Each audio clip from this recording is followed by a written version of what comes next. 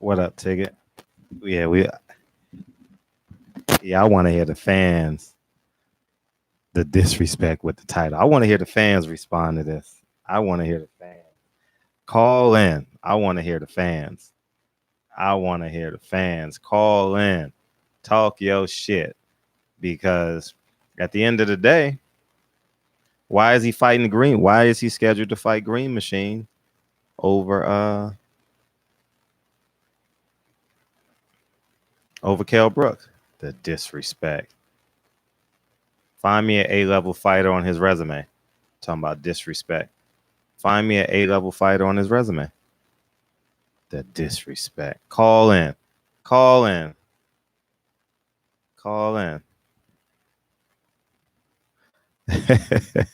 Call in. Bring it out. Bring it out. Call in. Talk your shit and call in. Prove your point. Because I just got off a lot of the ticket. And honestly, Terence Crawford might be a hype job. Terence Crawford might be a hype job, y'all. I'm serious. He might be a hype job. Dead ass serious. I ain't even making this shit up. Tell me somebody better than Sean Porter on Terence Crawford resume. He has no A-level fighters. None. Zero. Zilch. Nada. Nothing. I'm trying to tell y'all.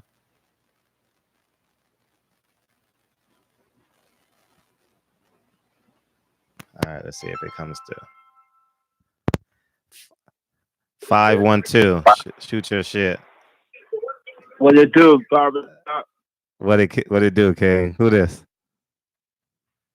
Man, I'm a huge fan, man. I appreciate you, King. Appreciate you. Tell me your take on the. You got 90 seconds. Tell me your take on the. Is Terence Crawford ducking Kell Brook? What do you think about? I believe he is. Kell Brook called him out. Mm-hmm. He said he wanted to fight. If I'm not mistaken, you tell me I'm wrong or not. Mm-hmm. Called him out. He said he'll take the fight. Mm-hmm. He said it the night of Kell Brook. I mean Amir Khan, right? Yes, sir. Yeah. Yes, sir. I'm telling you, he might be Terence Crawford might be a hype job, y'all. And no pro black motherfuckers don't come on my channel saying I'm disrespecting black fight. I'm talking about resume for resume, talent for talent, skill for skill, man. I ain't, because honestly, he hasn't proven himself. He hasn't proven himself. And thank God for Timothy Bradley, man, because he woke me up today. And I'm sitting. Oh, go ahead. I'll talk when you hang up because I'm going into your time. So go ahead. Yes, sir. So go ahead and keep on talking. Yeah. I believe that at 147 he besides Jeff Horn, and I don't really think that was a step up fight. Everybody's been canned pretty much, tomato cans. Mm-hmm. He fought. Yeah. I mean, Earl Spence, he's been stepping up on 147. He's only fought at 147, but his competition has been A1 since I think after the guy from South Africa, I believe. And Dongo. Yeah. Yeah. So he's been stepping up. Oh, you talking about you talking about Earl Spence. You talking about Earl Spence, yeah. He fought Bandu. Yeah. And I haven't seen Terence A in 147. Yeah. That's exactly what Jeff Hart wasn't really he was a C, man. Yeah, man. Yeah. But fine, barbershop, man. I'm gonna listen in, man. I appreciate that. What else you gonna say? You never know what I'm gonna say. I appreciate you calling in, King. Thank you. All right, brother. All right, King. Yes, sir. Thank you. Yeah. What up, 917? What it do, New York? What's going on, B? Hey, how you feel, King? I'm doing good, King. Good. What you a little unfair with Say You it don't again. say it with Bud, man. I think he's a unified at his third fight at 147. Uh-huh. And as Earl Spence was, it's on his resume. Kell Brook that was broken down by Triple G. Who else is on his resume? Algeri. Lamont Peterson. Mikey Garcia that went up 2 weight classes. One weight class. So what are we talking about? He was the 140 world champion. He was 140. Remember, he beat Sergio Lipinets in San Antonio. 135 too. Now and he was champion at 135. Yeah, but he was a champion at 140, so he legally moves up one weight class. Now, it's something personal against the camera guy. I know I've been listening for a while. I know y'all don't like each other, Hampton. So hostility towards. No, I have no hostility. I'm just Timothy Bradley woke me up. That's all I'm saying. And his toughest opponent is Gamboa, who moved up to fight him. And you could say and Mikey Garcia and Gamboa are parallels. And you're talking about like put you up. He's across the street though. You know, like they were saying that. Timothy Bradley says ain't no street. So you got to pick. That brother's a real coon, man. You know that he's a coon. Him and Emerald. Well, when you when and if you were unemployed, I'll just keep it simple. When you didn't have a job, the best fighter. When you didn't have a job, what did you do? Yeah. When you didn't have a job, what did you do? Can you say it again? I said, when you did not have a job, what did you do?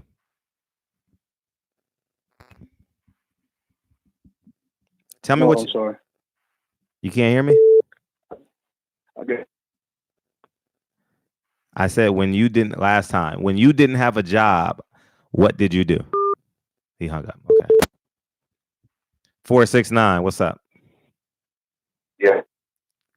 How you doing? Hey, how you feel, man? Man, I'm feeling good, man. So I was listening to the topic, man. That's interesting, man. I definitely think Crawford got something to prove.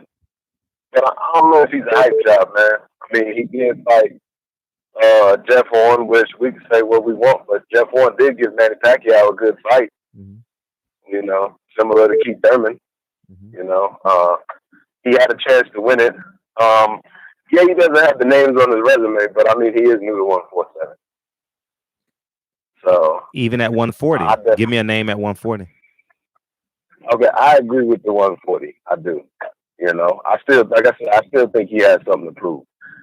Yeah, he hasn't. I mean, what is the Ndongo? Mm-hmm. Like, who really was Ndongo, right? I mean, Ndongo got beat really bad by Regis Prograis. Bad. So, like, where you coming from? Out, Jeff Pacquiao struggled with. Mm-hmm. You know, he did. I mean, he's fought at 147 so far. So, I mean, I would say right now, like you said, could be. So, a hype job. I know that. He might be Harold Miner. He might be Harold Miner, dog. Yeah, I got you. I understand. I mean, like, he's been performing, beating, I mean, Samir Khan, but name. So, I mean, he definitely beat that man pretty bad. So, I mean, yeah, like, you know, I'm kind of similar to you. I definitely believe in giving fighters their just dues. And, yeah, that's kind of why I say what I say, man. You know, I sent you the picture on Errol Spence. This is share, by the way. Yeah, okay. Oh, what's up? Right? Oh, yeah, what's up, Ken? Yeah, okay. Yeah. So, you know, Errol Spence is my favorite fighter, but I'm just saying, like, yeah. I need to post that Keisha for sure. It's all good, man. It's all good. I'm at the same gym right now where I met him. I just had to call in because he was live. I appreciate you. Yeah. We're gonna do this way more often. Yeah, Tim Bradley woke me up, man. Tim Bradley woke up a monster. For real, man. For real, man. I appreciate you calling in, though. Boy, for sure. Yeah, that's his boy. Yeah. I ain't mad at him. It is. I'm not gonna, you know. But man, thanks for taking my call and keep bringing the content, man. Appreciate you, Kane. All right, man. All right. You be easy, man. Thanks, Keisha. All right, man. Feel free to call in, and if I'm on the call and you guys are calling in, 520 520. What's up? What's up with it, Fred? Hey, KT, everything boxing. Oh, what's up, man? What's How you up feel? with it, man? How you feel, man? Yeah. Oh man, I'm good, man. I just in here watching the show. Man, you always know I'm gonna support you. But man, let me say this. Shoot your shit, nigga. Go. Man, let me say this. First of all, I'm sick about was damaged goods. Because nobody was saying that about Kell Brook was giving it to Errol Spence. So which one is it? Was he damaged goods to Errol Spence? I mean, because it don't make no sense to me, because same ones that's making excuses talking damaged goods, and he was getting, was it? You know, he broke the opposite eye. So what did that have to do with anything that Triple G did? He wouldn't, because you rounds. Errol, what he do to you? He make you submit. So you know they credit that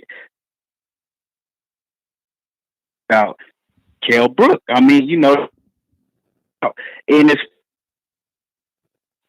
Terence Crawford. I mean, yeah, he passed the eye test.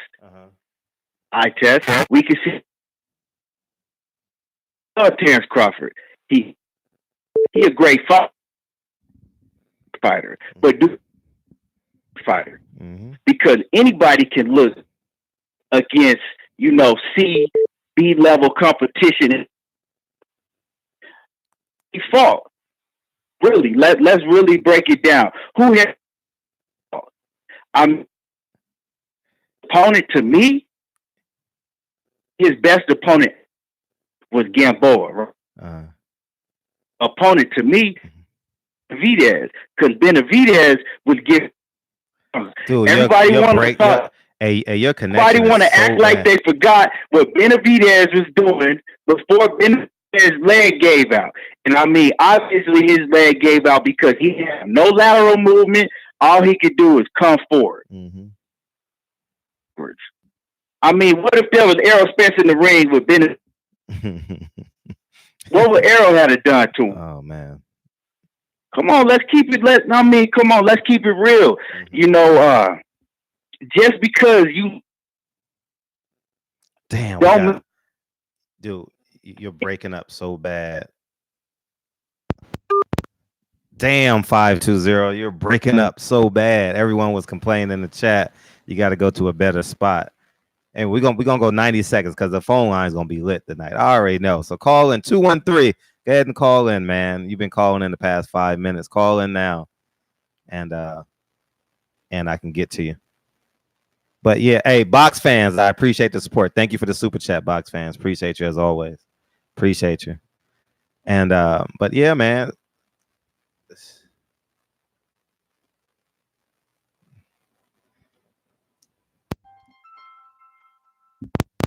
213. What'd it do? Hey, how's it going? Hey, how you how's doing? it going? Good. How you feel, bro? Pretty good.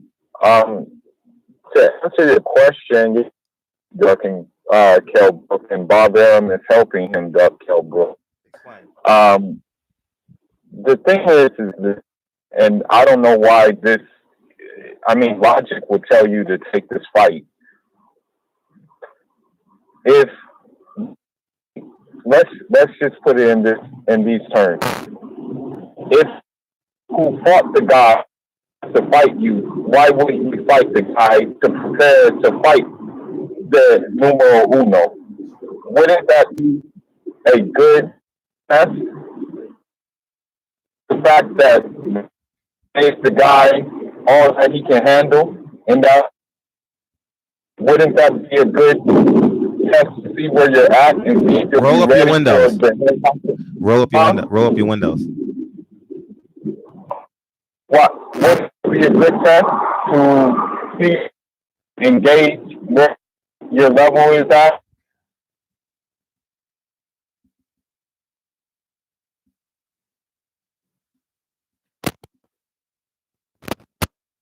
Damn, bad connect. I guess he hung up. Anyway, make sure you guys got a good connection when you guys are calling in because my phone is full bars. So it's actually y'all everyday boxing, man. Keep giving them great interviews and asking the questions. The rest scared that. I promise I'll keep on doing it. Everything boxing. I appreciate you, King. Thank you for the donation. For real. Appreciate you. Hard-earned money is going towards somebody's community. So I appreciate you. Everything boxing for sure. Man, I need answers. Like all these Terence Crawford people or boxing fans, I need answers. Y'all said Floyd Mayweather ain't fought nobody, right? Y'all said. I remember when I was young in the game. What's that motherfucker name? Roy Jones ain't fight nobody. He fought everybody I put in front of him. 7. Put on the. You listening to it on the 323. What's going on, brother? Hey, how you feel? Man, I'm feeling all right. Calling from Inglewood, California. Down the street from me. Yeah, bro, man, I got a question to ask you. Yeah. It's not about Spence and Crawford. You know more about Mayweather than any other boxing channel you follow. Probably. I'm trying to figure out, in 2007, when he beat De La Hoya, they said he was pound for pound number one. Mm-hmm. Now, if we go back, Tarver beat Jones, Mm-hmm. which made Tarver pound for pound number one. Mm-hmm. Bernard Hopkins, coming off of 2 losses to Jermaine Taylor, moved up from 160 to 175 Mm-hmm. to beat Tarver. Mm-hmm. So that made Hopkins pound for pound number one. Now, that was 2006. In 2007, when Mayweather beat Oscar, how did Mayweather was crowned pound for pound number one? Oscar didn't beat Hopkins to be pound for pound number one. Is that a question or a statement? Yeah, can you hear me? Yeah, you proved your argument. So like, you got to take into account that more eyes are on Oscar De La Hoya and Floyd Mayweather, and Oscar De La Hoya was the boxing darling. Ever since he was waving that flag in 1992, he's been America's darling as it relates to boxing. And Floyd Mayweather actually beat him. And Floyd Mayweather beat him in sensational fashion. He needed those last 4 rounds to win that fight. He was down on the scorecard. Okay, but hey, Fred, Mm-hmm. Bernard Hopkins also beat Trinidad and Oscar at 160 9/11. when he was undisputed. So in that case, I'm still trying to figure this out here, brother. You can help me on this. It's Bernard Hopkins will always be a top 5 pound for pound guy of his era. I don't think he ever was the pound for pound guy. His style wasn't to the point of like everyone's favorite cup of tea. He had some glamorous wins. You understand, when he beat the kid from Ohio, when he beat after 9/11. Stanley Pavlik. Yeah, when he beat the kid, but when he hit De La Hoya with the body shot, that's what everyone recognized him for, right? And after the 9/11, the Trinidad fight, right? Was that after 9/11, the Trinidad fight, if I'm not mistaken, when he threw the towel? Brother, you right. Yeah, and so I think yes, you can always make the point, but I mean, if you want to get real technical about it, James Toney is probably the best fight of the era. You get what I'm saying? Like, so you can go either way, but I will say Floyd Mayweather, the past 10 years, from 2008 to 2017, was probably the best fight in the world. He got and through the course of those 10 years, he probably got hit 100 times. You understand what? You know something, Fred. When they say pound for pound number one best, mm-hmm. I say that means you're the best in your weight class. That means you're the best in the next weight class, Sure. the best in the next weight class. I'm not gonna, cause you can't consider heavyweight. Mm-hmm. So I'm gonna say from 135 to 175. Mm-hmm. You're saying that Mayweather was the best from everybody. So if he fought any of those guys, because I'm speaking as a boxing fan, you know, because when you say the best in the world, that means anybody they put in front of you, no matter what weight class, Oh yeah. you're gonna beat their ass. Yeah. Floyd would have beat him.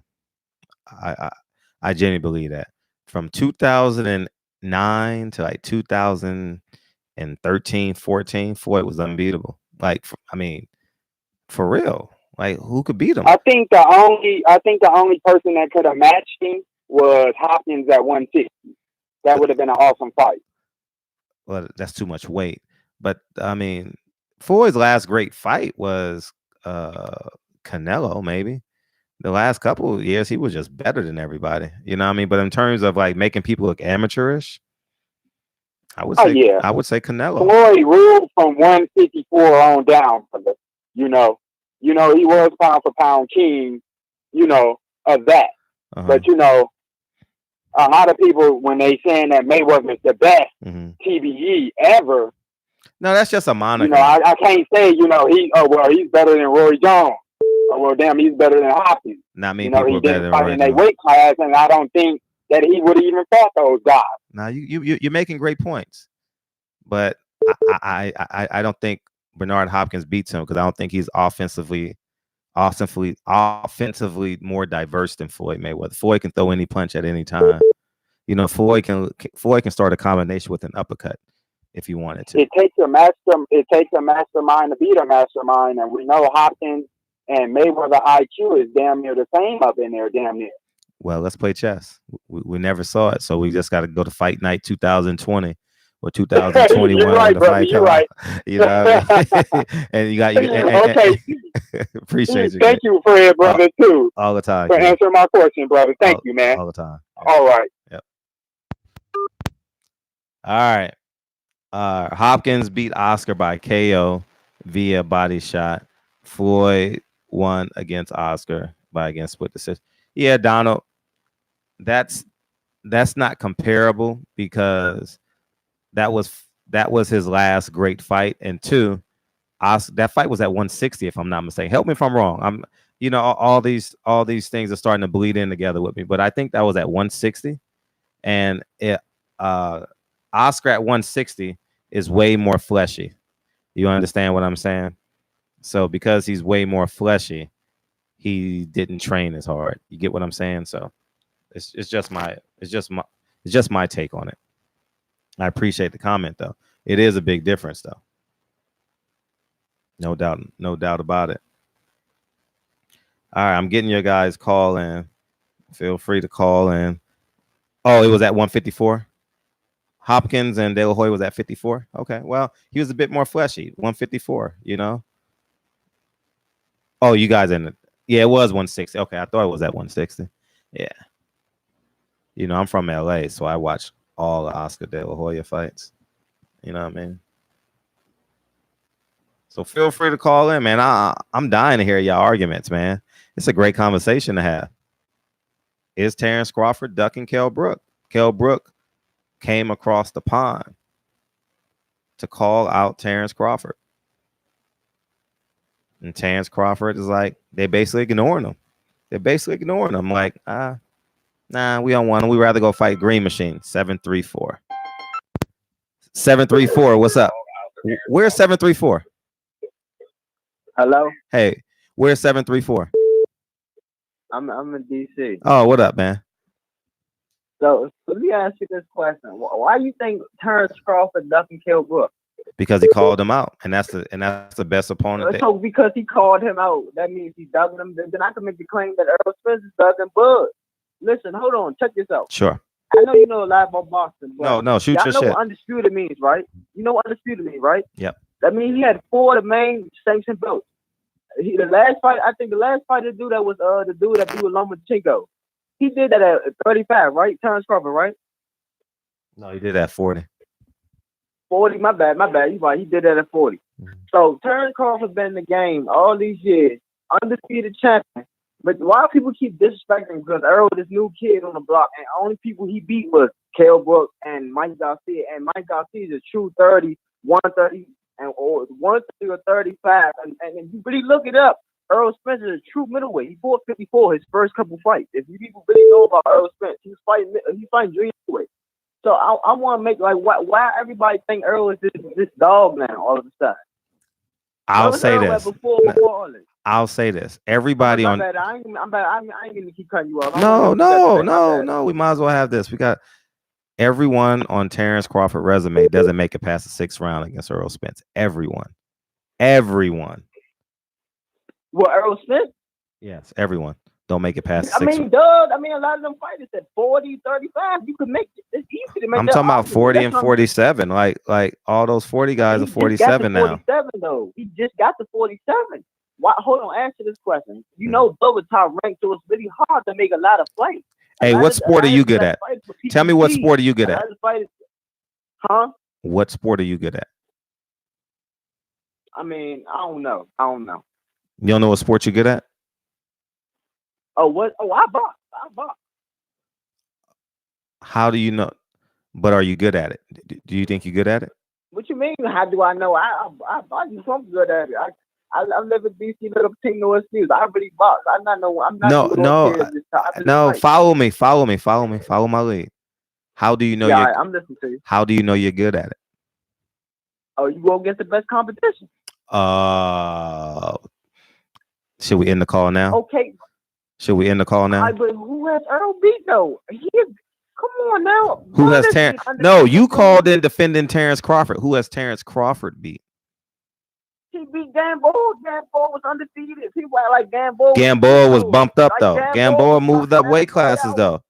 Gamboa moved up weight classes, and I'm not taking away from the win. But if you're going to give him credit for Gamboa, you got to give Earl's credit for Mikey. You got to use that same argument with Mike Garcia and Earl. I just said it. All right, let me ask you a question. Mm-hmm. Honestly, who are your pound for pound top 3 right now? Right now? Yeah, right now. Whew. Top 3. Man, that's tough.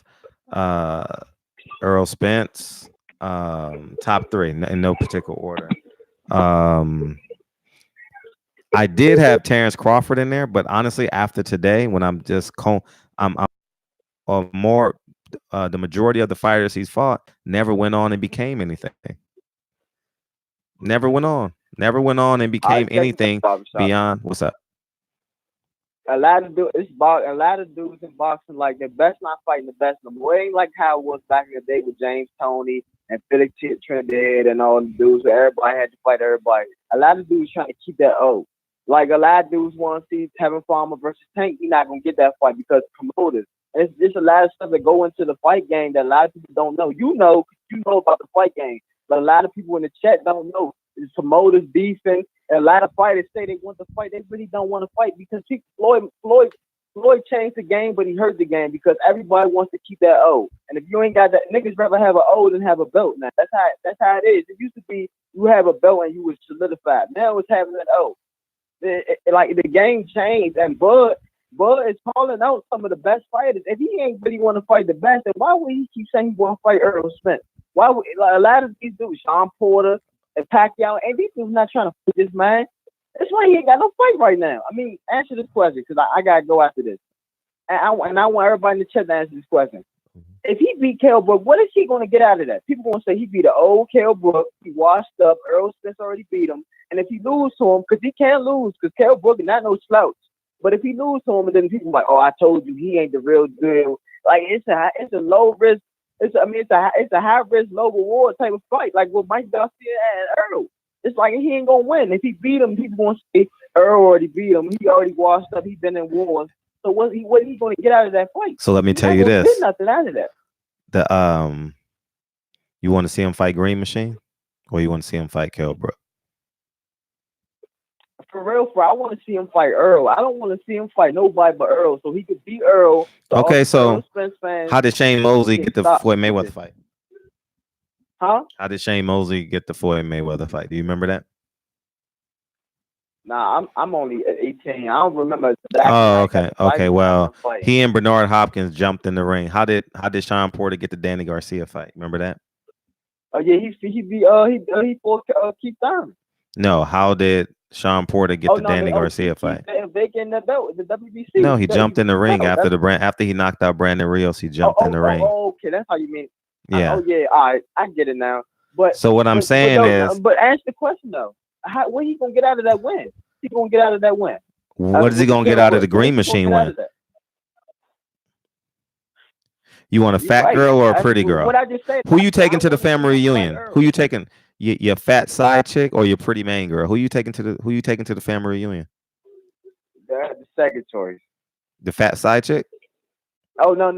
See, I ain't Exactly. So we gonna fight Kell Brook. So we gonna fight Kell Brook and keep it pushing. All right. The Green Machine is a fat side chick that you go for head at on your lunch break. What's up?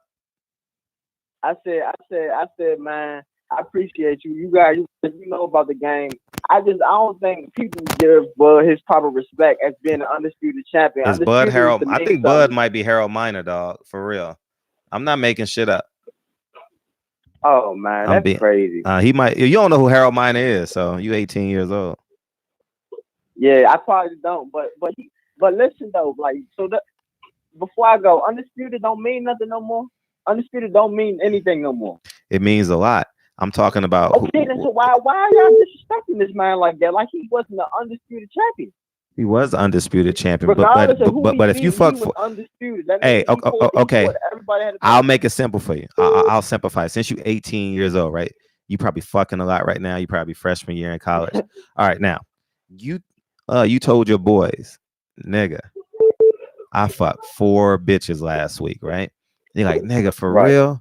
And they say what they look like, right? And you go to Instagram page. The average weight was 210 pounds. Now they're like, nigga, anybody can fuck them. Exactly my point. Any A-level fighter, B+ level fighter could have beat the same opponents that he beat at 140 for the undisputed unified. You can't say that. You can't. I'm telling you because they haven't. Because after he beat them, they went on to do nothing. Styles make fight. You because okay, after Floyd beat Ricky had fell off the map, right? Nah, he got a Pacquiao fight. He got a Pacquiao fight. And he got punished. I'm just saying, he got a Pacquiao fight. He got a fight, but he got punished. Gamble got a fight after that. People, I know the people like to disparage the Gamble victory, but I'm not dissing him for the Gamboa victory. I'm not taking it from him.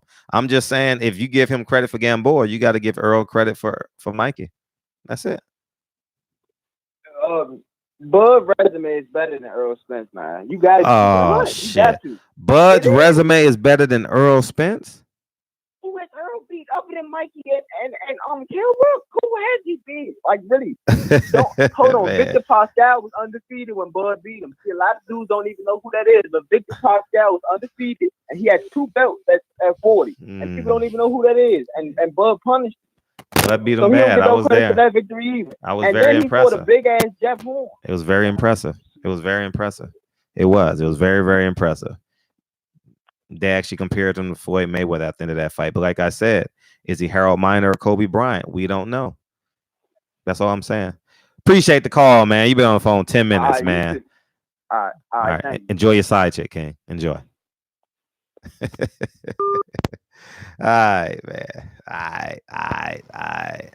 I'm a Bud fan, but come on, bruh. Come on. Fred look like Ricky Williams. Yeah, gotta look like somebody.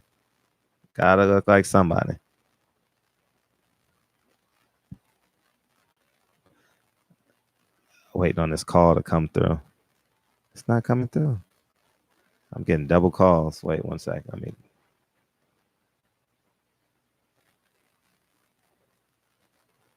Okay, let me get this fixed. All right, cool. I think we're clear now. You can call in. Marco, JBL, salute, Fred. Keep going after. Damn, why is it 2 calls coming in at the same time? Well, it's not coming to my phone.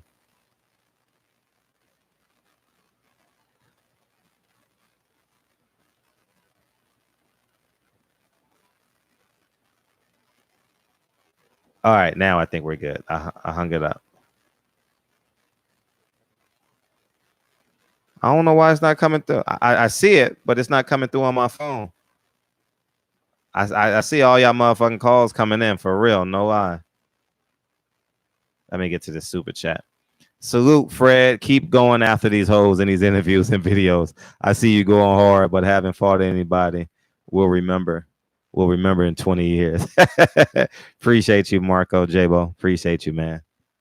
First time I said your name in the super chat. Appreciate you, King. I see you on Trill all the time. Damn, what is? Dog, I see it, but it's not coming through on my phone. I don't know why it's not coming through on my phone. We're going to continue to chat until my phone start acting right. But yeah, man. Yeah, I got to answer the question. Let me read y'all chat. Earl dominated Mikey where Gamboa actually hurt Bud. Yeah, Bud. Yeah, he actually hurt him. I remember that fight. I need to rewatch that fight. I ain't watched that fight in years. Definitely got to rewatch it. Shit was a good fight. I watched it live. Ooh, I watched that shit live. That shit was hype. That shit was lit.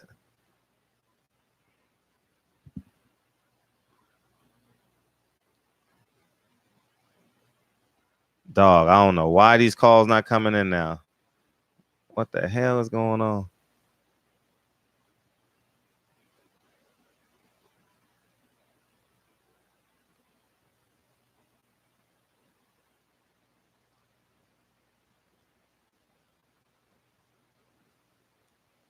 Yeah, man. So y'all tell me. Okay. Who think for real, who think Bud is ducking Kell Brook? Put a 1 if you're thinking Bud is ducking. Just out of curiosity. Is Bud ducking? Bud ducking Kell Brook.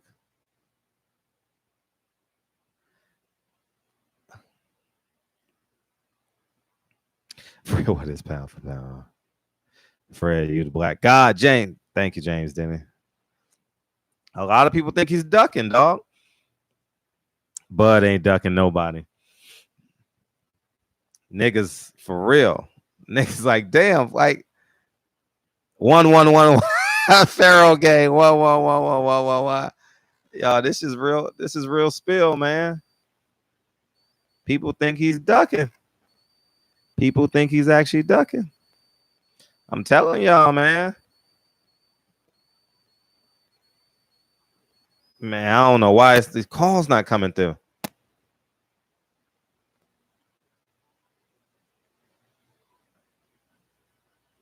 Man. Finally. Okay, I got it. 757. What's up? Hey, this is Donald Grant, the 64-year-old G. Oh, what's up, 6 I love your content. I love your arrogance.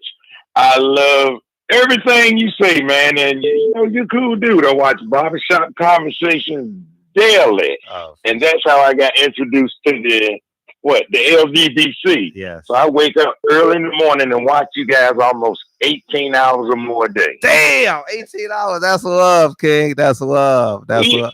Yeah, I'm retired, man. I ain't got anything to do, and I love boxing. And of course, my favorite boxer was Ali. But here's a thing you'll have, like I heard the little 18-year-old guy say, "Oh, man, styles make fights." Do you know when they started saying styles make fights? Please teach us.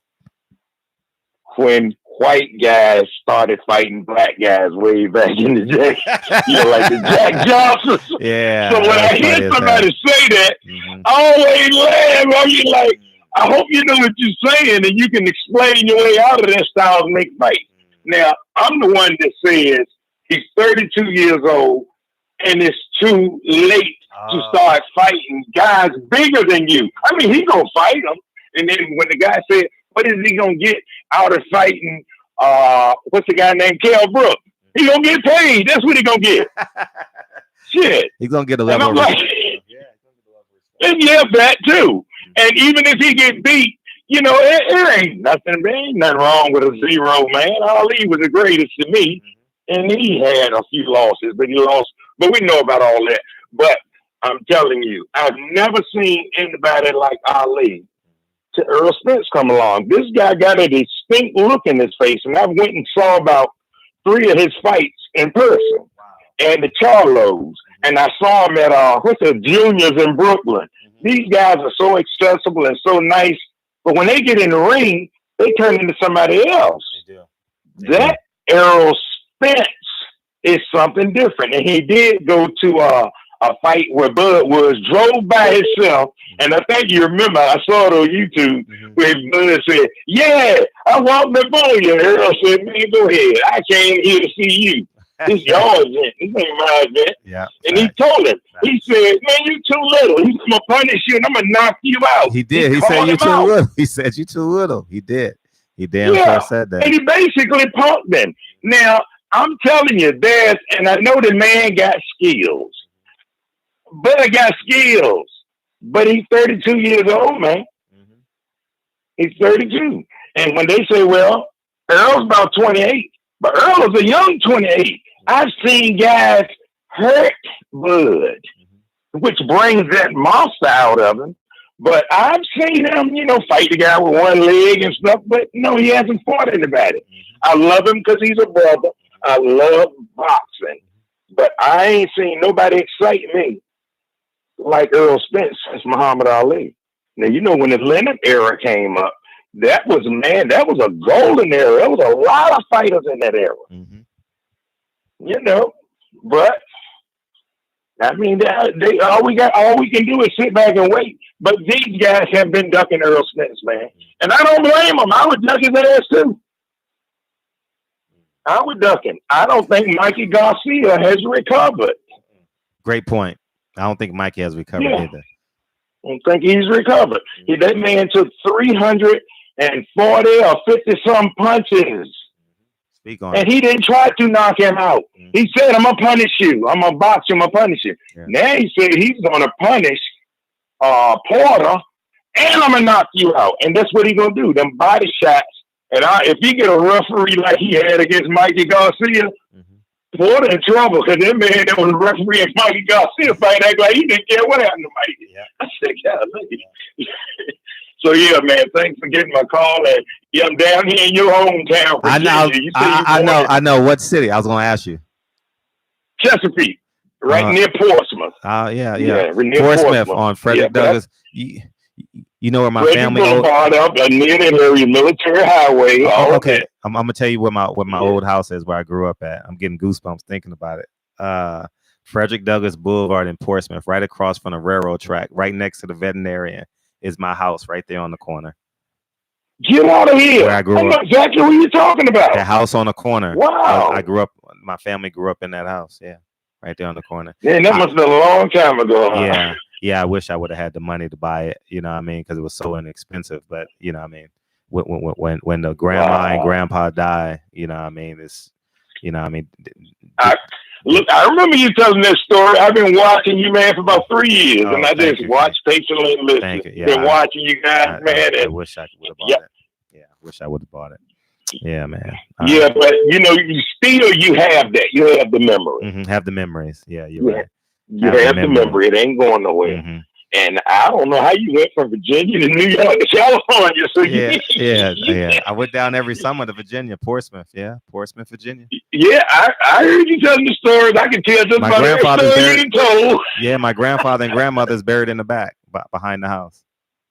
That's what we did back here in those days. You bury them in the backyard and on the side of the house and stuff. But they're stopping that stuff now. But they're not digging you up. They just cover it up and build over top of it. Facts. Yeah.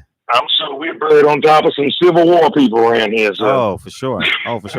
That's Jamestown. Jamestown. Yeah, Jamestown, Williamsburg. Yeah. Gettysburg, all that stuff, man. Dead people everywhere, man. Facts. So Fred, you keep up the great work, man, and I like this new thing you got. Oh, I appreciate all right, you be good, my man. All the time. All right, thank you. Bye. That's a great call. Thank you. Donald Banks. I bet everyone who pressed 1 also thinks Donald Grant. Yeah, appreciate you. There you go. Okay, bye. Donald, I was actually reading Donald Banks from the super chat. I believe everyone who pressed 1 also thinks Spence will beat Bud. Also, that's why they press 1. Not one person who pressed 1 is going for Bud. You may be right. You may be right. But at the end of the day, he got to fight him. Bud, Ramon Baez, Bud with Sugar Ray Leonard Spence. Oh, man. Bud with Sugar Ray. See if I missed another super chat. No, we're good. We're good. Call in. Priceless Jones. Why Mikey ain't fighting Spence? He punished Mikey. He did. Say it again, Priceless. He punished Mikey. Mikey's still trying to recover. I'm being honest, man. Like 318. 318. What'd it do? All right, what's going on, boss? This is Jared McNeil from San Antonio, Texas. All right, so let me give you two sides to this. So one, we got Bud. We're gonna talk about Bud for a little bit. Bud fought Diaz. When he fought Diaz, finished him off. After that fight, in the ring, he asked for Pacquiao with Bob Arum standing right next to him. With that fight, he then said, all right, if I can't get Pacquiao, I'll just go ahead and fight for mandatory to go ahead and unify the division, which will be on Dongo. So he finishes off in Dongo. Now let's go to the parallel. Pacquiao. Who does Bob Arum put him in the ring with right after that fight? He puts him in the ring with Jeff Horn. We all know what happened. But what happens right after that? Jeff Horn fight Terence Crawford. Terence Crawford finishes that off.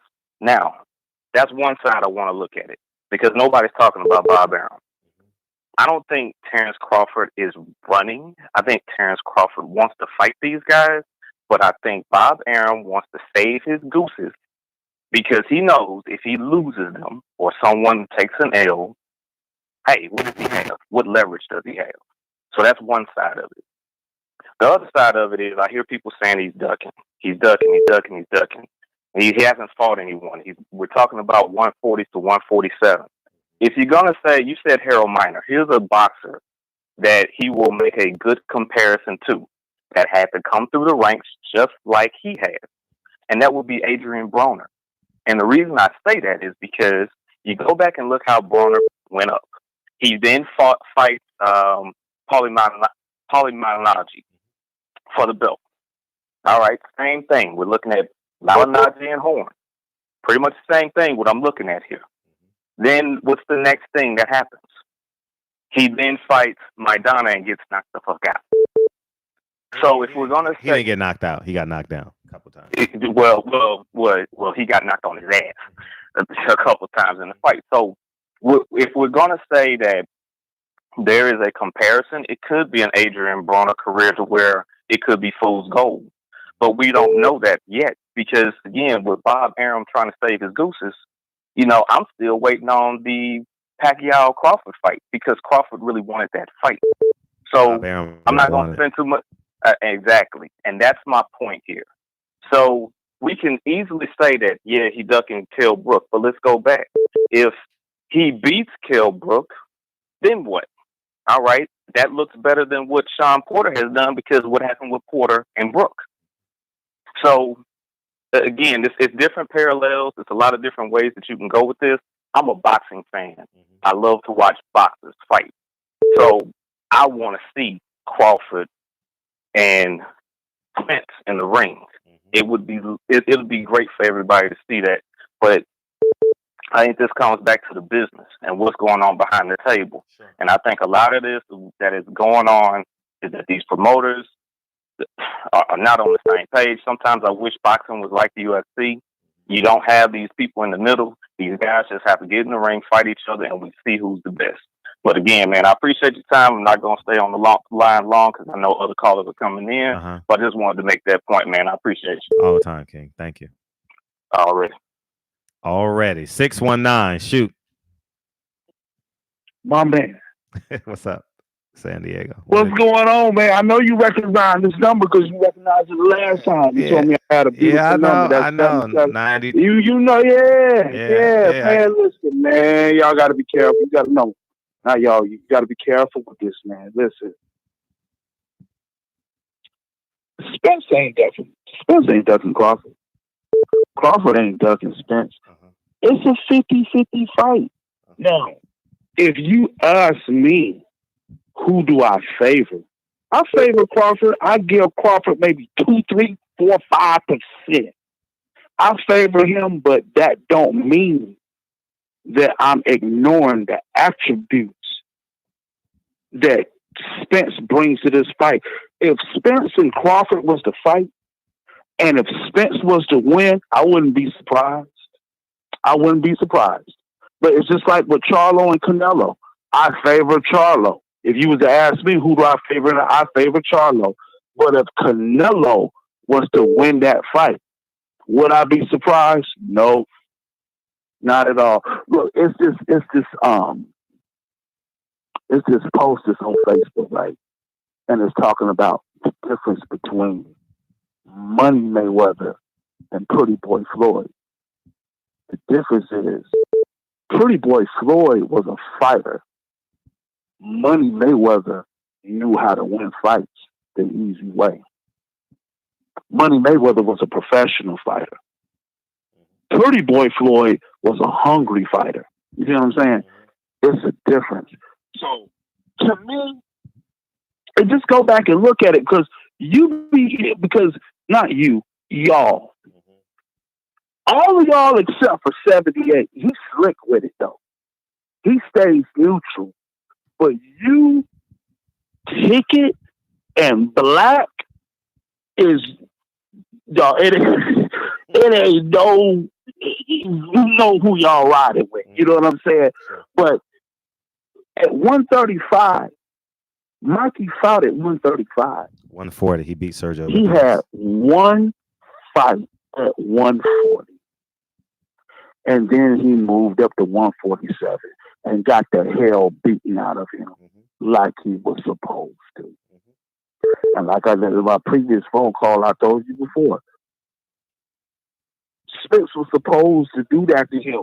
But the last picture that y'all have in y'all mind is what Spence did to Mikey at 147 pounds. His first fight move. It don't matter who you spar with. You can fight at 140 and spar with a dude at 160. It don't matter. When you get in that ring with no headgear, and when you're sparring, you have to remember this, dude. When you're sparring, you're not going all out. And don't get me wrong, I know some sparring sessions can get brutal. Just depends on the dudes that sparring. You know what I'm saying? But usually when you're sparring, when you just in there getting work, and a dude know that he's heavier than you are, he ain't gonna just that hook is gonna be maybe 70%, not 100%. You know what I'm saying? That body shot, it might be 80. It ain't gonna be 100.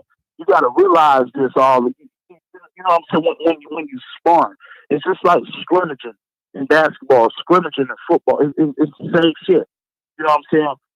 Be careful clowning the dude, man. Be quick. Be careful.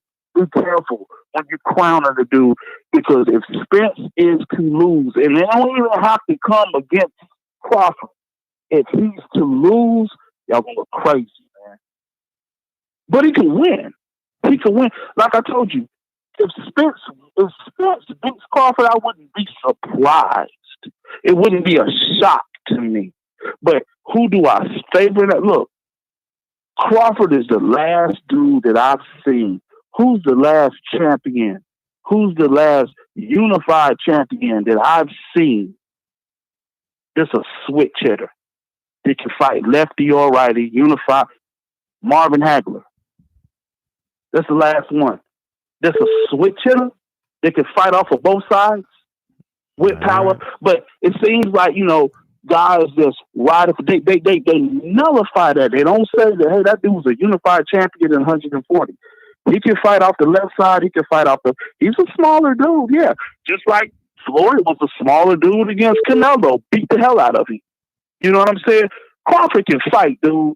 And I know he don't talk to the black media. I know being a brother, it seems like he should, especially being that he's signed. And don't get me wrong, even though I favor Crawford in the fight, I wonder the same shit y'all wonder. Like, damn, how come you don't, damn, dude, you got a platform. You have a platform on YouTube where you can go out and you can talk to these brothers and you can name out there, but you seem like you coning. Like, you doing everything else except for, I think the same thing about Crawford that y'all do as far as personally, as far as like the personal moves that he making, why he don't do certain things, how come he don't reach out to the black media. But at the same time, I can keep separated the way that brother get down and fight. I can keep that separated. Floyd's a coon. Let's be honest, Floyd's a coon, but Floyd can fight. Crawford's coon. I don't know if he's a coon, but Floyd done verified that he's a coon. I don't know if Crawford a coon like that. He just might be really a quiet dude. When you see interviews with Crawford, you can just tell from the whole way he talks and you can just tell that he's really being himself. He's not faking anything. It's not in his character to really just be boisterous. That's just not him.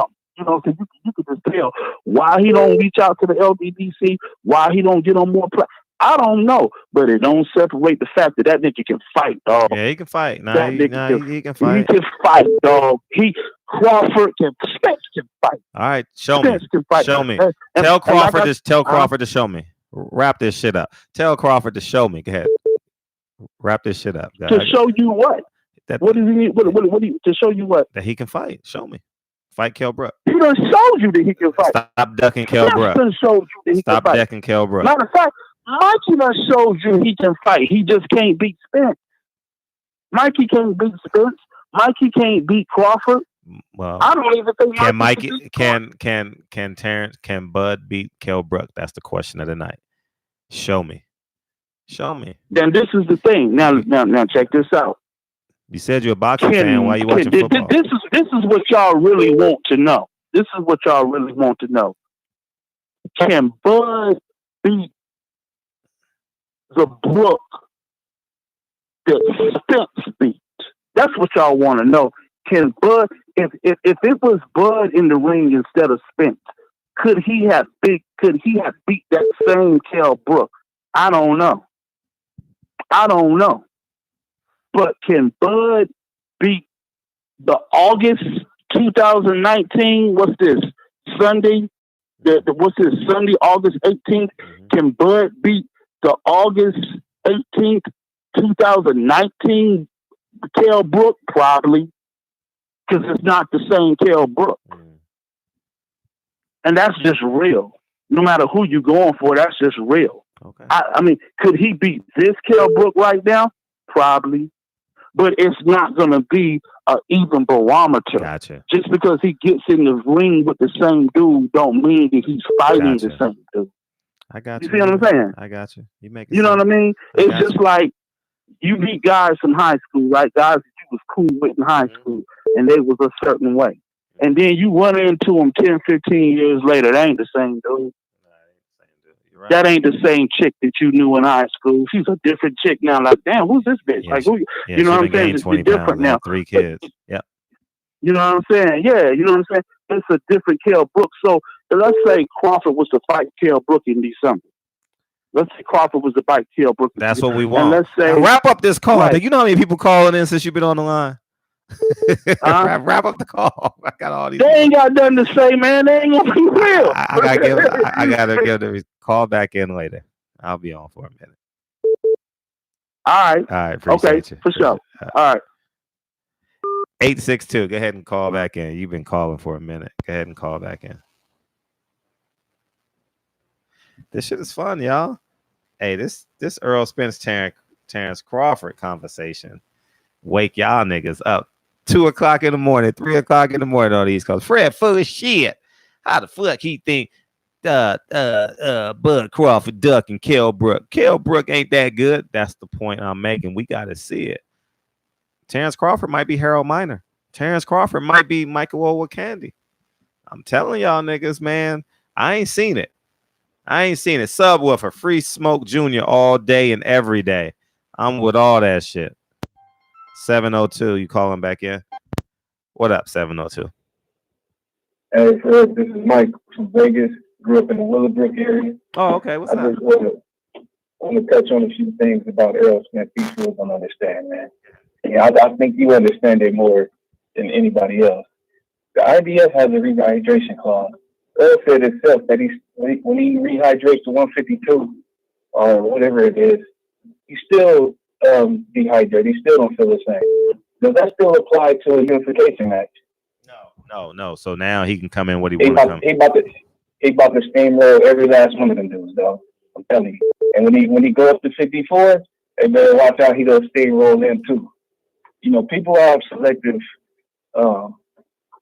hearing and stuff when it comes to certain subjects or whatever. And a lot of people don't form their own opinions. They listen to, you know, ESPN and Bob Arum and stuff like that, and they just roll with it instead of doing their own research. See, but the LDBC plus PBC equals a fucking tidal wave. And they don't understand that. Yep. If it wasn't for us, if it wasn't for y'all, man, they'll still be disrespecting the black dollar. Yep. You know, saying that only Hispanics buy fights and shit like that. Or whatever. Man, I listen to you every night, bro. Thank you. Because I work night shifts at a hospital or whatever. Matter of fact, I work at the hospital Tupac got killed at. Well, where he died at. He didn't get killed there. Where he died. Yeah, where he died. Where he died at. You know what I mean? But anyway, now back to the subject, man. Like the way you had to school that little young dude, man, was talking about undisputed this and undisputed that, and Terence Crawford, man. I'm gonna tell you the truth, man. He ran in that fight against Victor Postal. I watched it. He didn't really stand in there and take that Victor Postal out the way he could have. And like people want to compare, you know, fighters and the people they fight or whatever. Everybody on Terence Crawford's record, I'll give Earl 3 rounds to get him out of there, and that's 3 rounds running or whatever. All right, this is my comparison. All right, I'm gonna get off the phone after this. All right, Terence Crawford got on the map because he went in and sparred Timothy Bradley and gave Timothy Bradley some good work, right? Yeah. Timothy Bradley. Earl Spence got on the map because he sparred Floyd Mayweather and gave Floyd Mayweather some good work. Gave him a black eye, whatever they want to say or whatever. Who's better, Timothy Bradley or Floyd Mayweather? Case closed. Hey, chat want to know where you calling from, the bathroom? Oh, he hung up. Case closed. Nigga, drop the mic. He probably was calling from the bathroom. No, he made a great point. 862. Go ahead and call in, right? Hurry up and call in, nigga. Hurry up. For the phone lines light up. You've been calling for a minute. I liked it. Hey, y'all niggas woke in the motherfucker. You missed it, 862. 541. What it do? Fred from Barbershop Conversation, man. What's going on? Feel free, hit the subscribe button. What it do? What's up, man? Man, I rock with your content. You know, you got some good content, but I kind of feel like, man, you a little biased when it comes towards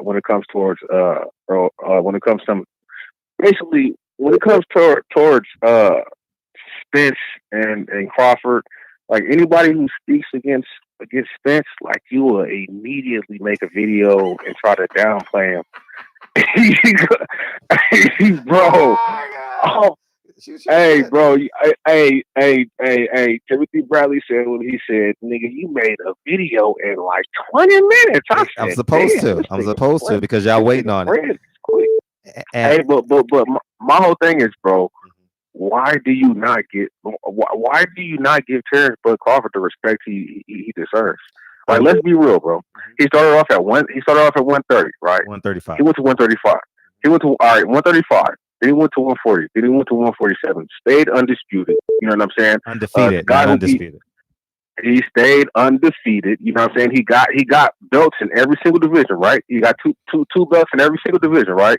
Beat the hell out of Jeff Horton, the dude who gave Pacquiao problems. I know you watched that fight. Pacquiao was getting his ass whooped in that fight, bro. I watched that fight over 4 times. You know what I'm saying? And Pacquiao was giving that man problems. He was in that man's back pocket. You know what I'm saying? We know what Pacquiao was on. He was on that Gatorade juice. You know what I'm saying? When he was with Thurman. Don't nobody turn 40 and turn the clock back, bro. Let's just be real. We you know, it's a totally difference. He went from what he looked like against Jeff Horn to Adrian Broner, and now all of a sudden this motherfucker Superman. You know what I'm saying? That don't happen in sports, period. That man is on something. Let's be real. But my whole thing is, I respect Spence. You know what I'm saying? I got a lot of respect for Earl Spence. But as far as being a well-rounded boxer, you know what I'm saying? A guy who could beat you from both sides. He can go southpaw, be orthodox or unorthodox, and a real body snatcher. But put motherfuckers out with body shots, bro. I just feel like he does not get the respect he deserves. And even on Fox, when they lined up all of the champions, how in the hell you ain't gonna put Bud up there, man? Like, you could clearly see what they doing to this man. And I feel like, as boxing fans, we gotta take some of the emotion out of it just because of the guy we like and put some realism in it. You know what I'm saying? The emotion and passion is on par with truth. You know what I mean? Yeah. You know, we gotta have it. Yeah. If I was this passion, nigga, you wouldn't even be calling 3 o'clock in the morning. Where the fuck you calling from? You wouldn't be calling 3 o'clock in the morning. Yeah, you. Oh no. Exactly. So real shit. All I'm saying is this: tell Terence Crawford to show us. That's it. Show us, bro. How long has Bud been calling out ESJ? Let's be real. How long? This man been wanting to fight him. We all know that. Who name? You know what I'm saying? Who name is in the title? Spence. Who name is in the title? Earl Spence won. No. Earl Spence. Whose name is in what? Whose name is in the title of this video? And what? In the title. It made you click on it. Whose name? Oh yeah, I feel what you're saying. Fight Kell Brook. Yeah. Fight Sean Porter after Earl Spence beat him. Fight Keith Thurman. Why? Hold on. Why would he fight a broke down ass Kell Brook? You know what I'm saying? Like, what's the point of that? Why would he? How is he? How? So you really believe Terence Crawford is ducking Kell Brook, bro? Why would? Is that what you're saying right now? Why would he fight the Green? Why? Okay, let me ask you this question. Why would? Wow. Why would he fight the Green Lantern's baby cousin in the Green Machine? Right? This ain't no what's it called? This ain't Marvel. Fight someone real. Fight somebody. So you saying he ain't fought nobody real? He ain't fought an A-level. What I want to know is entire career. Who? So nigga Mikey Garcia, a true 130 pounder, is a real fighter. Earl Spence said himself he walked around at 186 pounds. What the fuck was he doing with Mikey Garcia in the ring, my nigga? Let's be 100 with this shit, bro. Well, how about Gamboa? You can say the same thing about Gamboa. What do you mean, Gamboa? At least Bud is closer to his weight. Bud don't walk around at no 186 natural weight. Bud walk around at 155 at most, bro. I've seen the nigga in person, my nigga. So stood up right next to him. So you should be able to beat up a drained fighter then. You make the weight. You make the weight. You fight. Ain't nobody going back.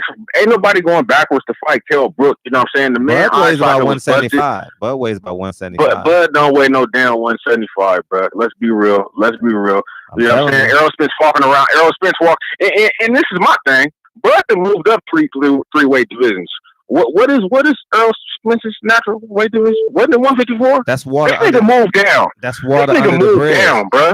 Suck ass. This nigga moved down, bro. Why you giving him? Why you giving him excuses? Because, bro. Why you giving him excuses? I ain't giving him no excuses. I'm being real with this shit. This nigga was at 154. He walks around basically at 190, 186. That's 4 pounds away. He's a high skip in the jump from 190 pounds. This nigga went from 154 down to 147. Does he make 147? Bud went up from 135 to 140 to 147. You know what I'm saying? Even in between this fight with Sean Porter, man, just about a month ago, this nigga was looking like Big Mama in them. I said, damn, EJ, you gained a lot of weight in the face, bro, because that's his natural weight.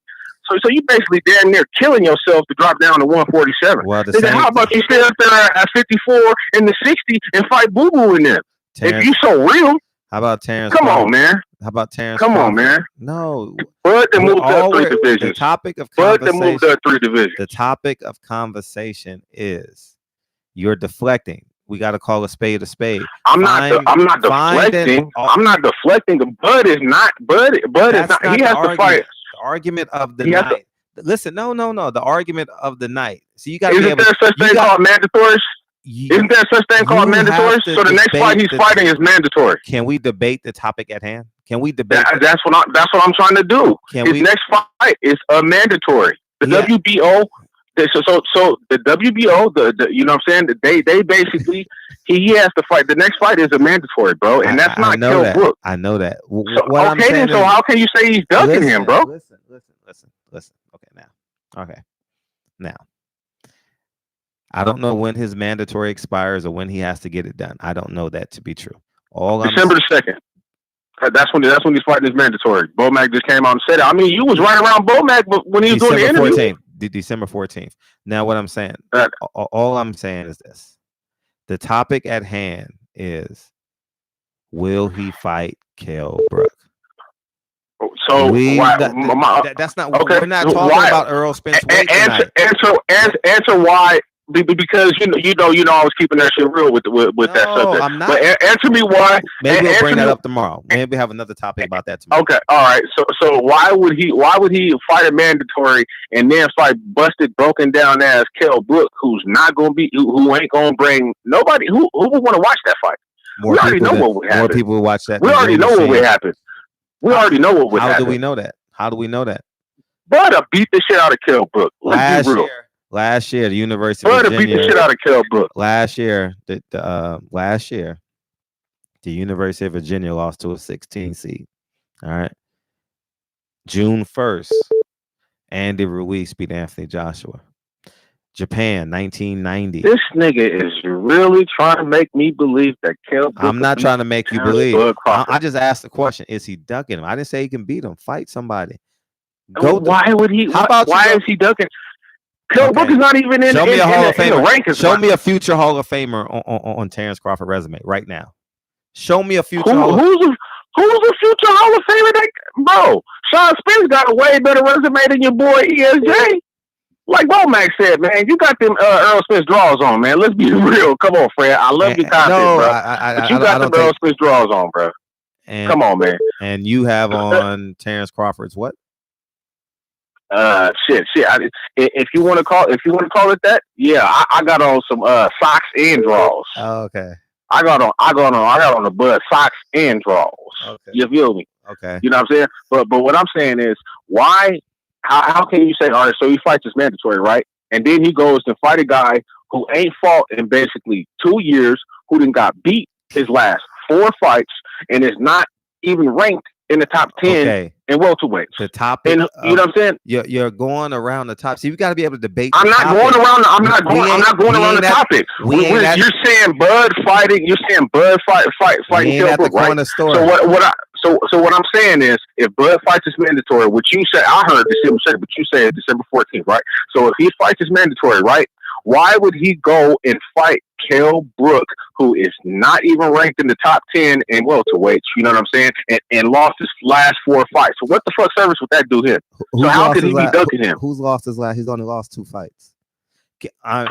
See, you're deviating. See, we're not at the corner store right now where we can embellish our stories. Nigga, I shot 14 niggas. Hey, I fucked 8 bitches in 3 hours. I'm not talking.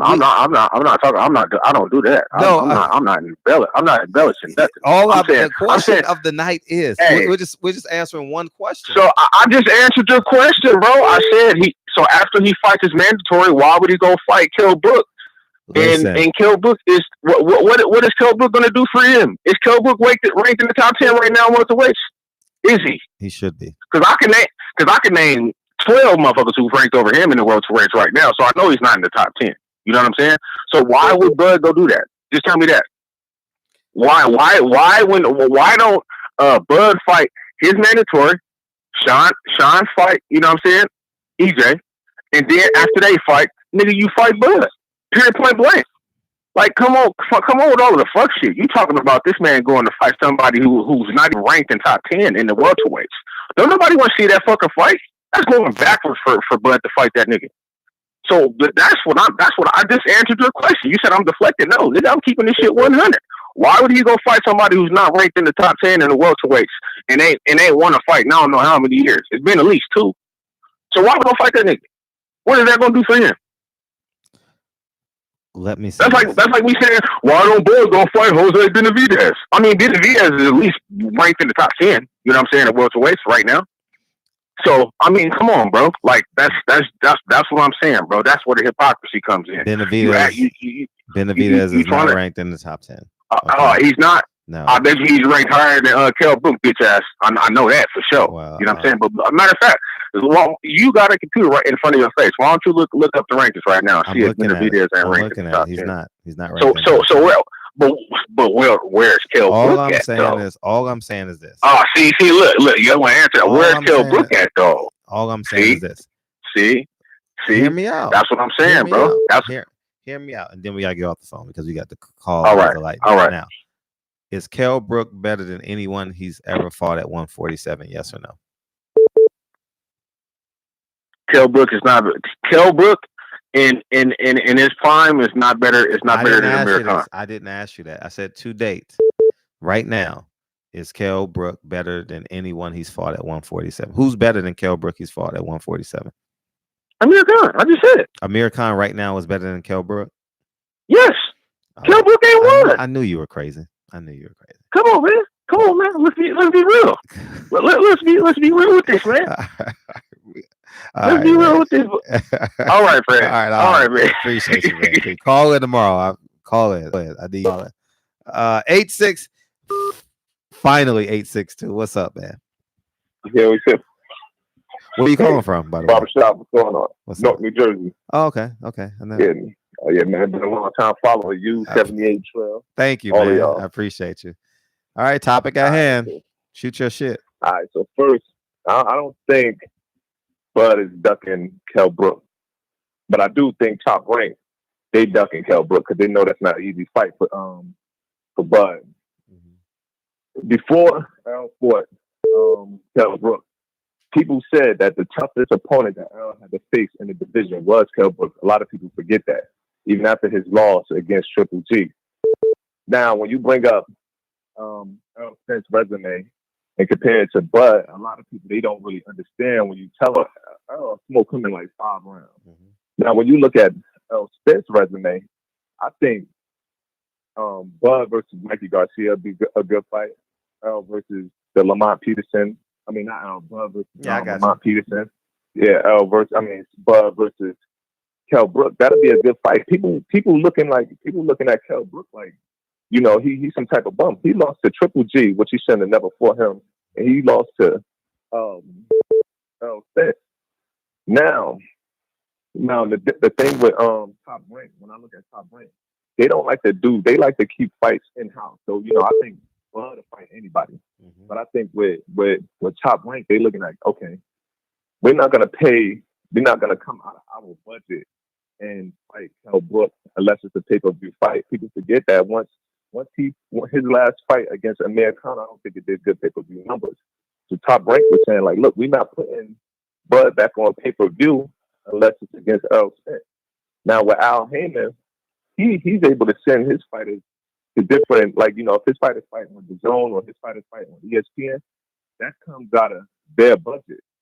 You get what I'm saying? Mm-hmm. With the PBC, you know, and they still get to keep their budget. So that's why it's good when fighters just sign with Al Heyman. They're basically free agents and they can move around. The thing with, you know, what I don't understand about Bud is, and I know these fighters talk to each other like, why would you re-sign with Top Rank when you know all the competition is with the PBC in your weight division? The PBC basically run 147 to 154. Even when they were saying Bud was gonna move up to 54, who you gonna fight? All the PBC fighters. The PBC champions hold 3 of the belts at 154.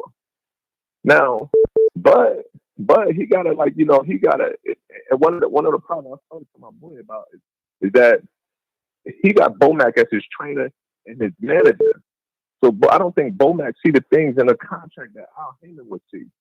You know, Al Heyman is gonna probably point out the certain things. Like I remember you mentioned in one of your videos, like, you know, if Bud remains a champion in his contract, you know, Bob Allen usually put that in, like it automatically reads up your contract. Yeah, a title defense. I mean, you know, yeah. So Al Heyman, he sees those things. So I remember listening to Troy Boxing talk, and Bomac was saying, "Yo, man, this is life changing money. This is life changing money." And then I remember listening to Earl Spence. I forgot who Earl Spence was interviewing. Who was interviewing Earl Spence?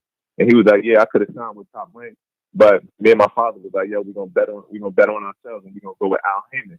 It became a free agent. So Earl Spence money is sky's the limit. So if he get a super fight and it does over million pay-per-view buys, he's gonna make more money. With Bud, with Bud, it's like, yo, you locked in at $3.5 million. Yeah. And honestly, in my own opinion, I don't want to see this fight until Bud is a free agent. I want to see it so they both can make the max amount of money when they do fight each other. Sort of like with Pacquiao and Floyd Mayweather. Floyd Mayweather, people don't realize that fight was 60-40 when they signed. But Mayweather, the one that made, like, when they said Mayweather made over like $300 million or something like that, close to 400. Pacquiao walked away with like 80 million. So if it was 60-40, where the other 40% going? Bob Arum. Yeah. So people, like, when you be talking, I listen to your videos every day. I listen to boxing talk like 10, 15 hours a day or whatever. I work, I put my headphones on, and that's what I Thank you. Thank you. And people they looking like, while we go in on Terence Crawford, it's not that we don't love Terence Crawford. I love Terence Crawford, but it's like he's like your little brother that's making dumb decisions. Like, bro, come on, man. Like, yo, you don't see these PDT fighters making money, and they getting money off of, with you. When I listen to the LDDC, you more like on the business side. None is more like on the legal side. Drill boxing songs, they keep it. Especially you on Blue Blood. I love what y'all do when y'all go to the fight. Y'all just pressing the people. Y'all asking the questions like, man, yeah. Sometimes I be afraid of you. Like, yeah, man, man. I don't pop off on Fred, but he just be going there like, yo. I mean, even like answering the questions, like, you'll say something in the video, and then when you see people, you asking them the questions, like, just like with Andre Ward. But Terence Crawford is the fighter. You like, come on, bro. We got the black media. Majority of the boxing fan, the real boxing fan that pushes everything out to the casual fans. Like, when I'm talking to regular people that don't really follow boxing, and I'm like, yo, you never heard of Earl Spence? You never heard of Terence Crawford? And then they'll go out and be like, oh, I'll show them a video like that. And they're like, oh, I want to see these two fight. Why are you not talking to town business? And then you'll turn around, you'll give an interview with like ESPN, and then they turn around and they not even promoting you like they promoting Tyson Fury. Yeah. You get what I'm saying? And it's like, come on, bro. You supposed to be riding with the team. You know what I mean? Like, regardless if it's publicity, you getting at those interviews. You gotta come on. Like, I hope after this contract is up, I hope he realizes. I hope somebody, and I know he got Earl Smith's number. I hope they talking to each other. Earl probably like, look, bro, you need to come home. You know what I'm saying? You need to come with a black fighter's at, man. Or fight. We ain't never been. Or fight as a free agent. Yeah, fight as a free agent. Why y'all don't want to maximize? Why you got to have this man going in your pocket? If y'all do it, I don't care what it do. If you do 500,000 pay-per-view buys or $1 million, y'all getting all that money to yourself. Y'all keeping all the money. So now you already, I think, from a business side, it's a 60-40 fight. I mean, I think, especially depending on what the numbers do for the Earl Spence and Sean Porter fight. If those numbers do over 250,000, it's definitely gonna be, that's gonna make Earl Spence like the complete A side. It's like, if it do over 250, it's gonna make Earl Spence. That's it. They're gonna he could probably go in there like, look, I fought. Because a lot of people keep pushing the narrative like, oh, Mikey Garcia that sold the pay per view, which I don't like that. I'm like, come on, man. It's a lot. Like, I remember growing up and I looked at the top 20 pay per view buys. If you look at the top 20, it's only like two fights or two, maybe three fights where it didn't have a black fighter in it. I know. I think it was Pacquiao and De La Hoya, Pacquiao and Marquez, and I think maybe De La Hoya and Fernando Vargas. That's it. Every other fight was either all black or black and another race or whatever out of the top 20. So all that, what's Triple G old trainer who said black fighters don't. Like come on, man. Yeah, like come on, man. We come out, especially when I go to the Brooklyn fight. I support the fighters when they go to Brooklyn. Man, that crowd be 95% black people. Lit. Lit. Like, look at 95. Mm-hmm. Come on, man. We out here. We support our fighters. Yeah, you know? facts. And it's like, for a long time, when you was watching boxing on HBO, you'll see these Mexican fighters that you never heard of. And even when De La Hoya, when he had to deal with ESPN, it wasn't getting that many ratings. Mm-hmm. The black fighters is like the real, Mexicans, don't get me wrong, they got, they support their fighters. But black people, we support our fighters. The difference is we got so many good fighters as opposed to these other races, Mm-hmm. like white people. They got, they got Lomachenko, they got Triple G. Mm-hmm. So, they're going to stand behind them too. Mexicans right now, they probably got about two, three fighters in the game right now. That's like really, you can say Canelo, Mikey Garcia, and the Brian Garcia that's coming up. But boxing, you go to, you're in a party, like, who's your favorite fighter? Oh man, I love Tank, or I like Errol Spence, or I like Charlo, or I like Deontay Wilder, I like Boo Boo. We pile, and that's how it is in every sport. So we got so many fighters that we can choose from because we just skilled like that. So, as opposed to our whole one race, we don't. Phone lines are blowing up, man. Yeah, Hurry up! The phone lines are blowing up. Hurry up! Oh yeah. No. That's it. I was just saying that, man. Know what y'all doing for boxing, man. I appreciate y'all keep my day going, man. Yeah, man. All right. Appreciate you calling in all the time. All right. All right, Fred, you getting schooled? Okay, Priceless came back. Benavidez couldn't punch correctly with the bad leg. Say it twice. Say it twice. You're absolutely right.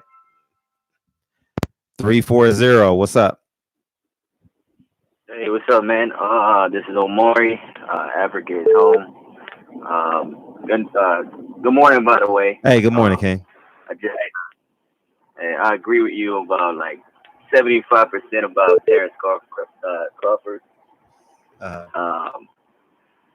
Just based on, I don't agree with him being what you call a Harold Miner or the first round draft pick that'll bust. I don't believe that about him. I think he's proven himself, but I do believe that he should be fighting Kell Brook. I can't see. I don't understand how people can stay here and I guess advocate for him fighting this mean machine guy. We don't know who this guy is. And he had a draw against Ray Robinson. Come on, man. Yeah, and that's what we're talking about. So if you can sit here, like there was a guy that called earlier talking about, oh yeah, he's gonna beat Kell Brook. Come on, Kell Brook. Like, dude, who's mean machine? I mean, Kell Brook has been a world champion. Kell Brook has beaten Sean Porter. We have seen it on national television. He was actually, to me, ahead in the fight with Errol Spence in the first half of the fight. He gave Errol Spence a real tough fight. And I believe he hurt Errol Spence early in that fight, maybe one or two times. So he might not be the best version of himself right now. Might not be. That's still left to be seen and what he has left. But I think that'll be a good fight for Bud. And Bud doesn't have any opponents right now anyway. He's been begging for opponents, and Kell Brook is a name. Kell Brook is a good name. Kell Brook is a decent name. Yeah, and that's all we're saying. If he's nobody yet, tell us he's a shell of himself. Show us. You show us, we'll believe it. Exactly. Because and even if he's not a shell of himself, if he does give Bud a good test, I think that it'll be to me. Because to me, the fights that he's had at welterweight so far, he hasn't really been tested. To me, he fought Benavidez. Benavidez is a good fighter, but we already know what's going on with Benavidez with the one leg. Jeff Horn didn't have anything for him. Jeff Horn is a come forward, rough and rugged fighter with not many tools. And he fought against Amir Khan, who is most definitely a shell of himself, who came into the ring with, I don't know, that's probably the worst version of Amir Khan that I've ever seen. So, like, he hasn't been tested at welterweight. So, if Kell Brook can bring something into the ring and test him, that'll be a good test for him, assuming that he has to face Spence at some point next year.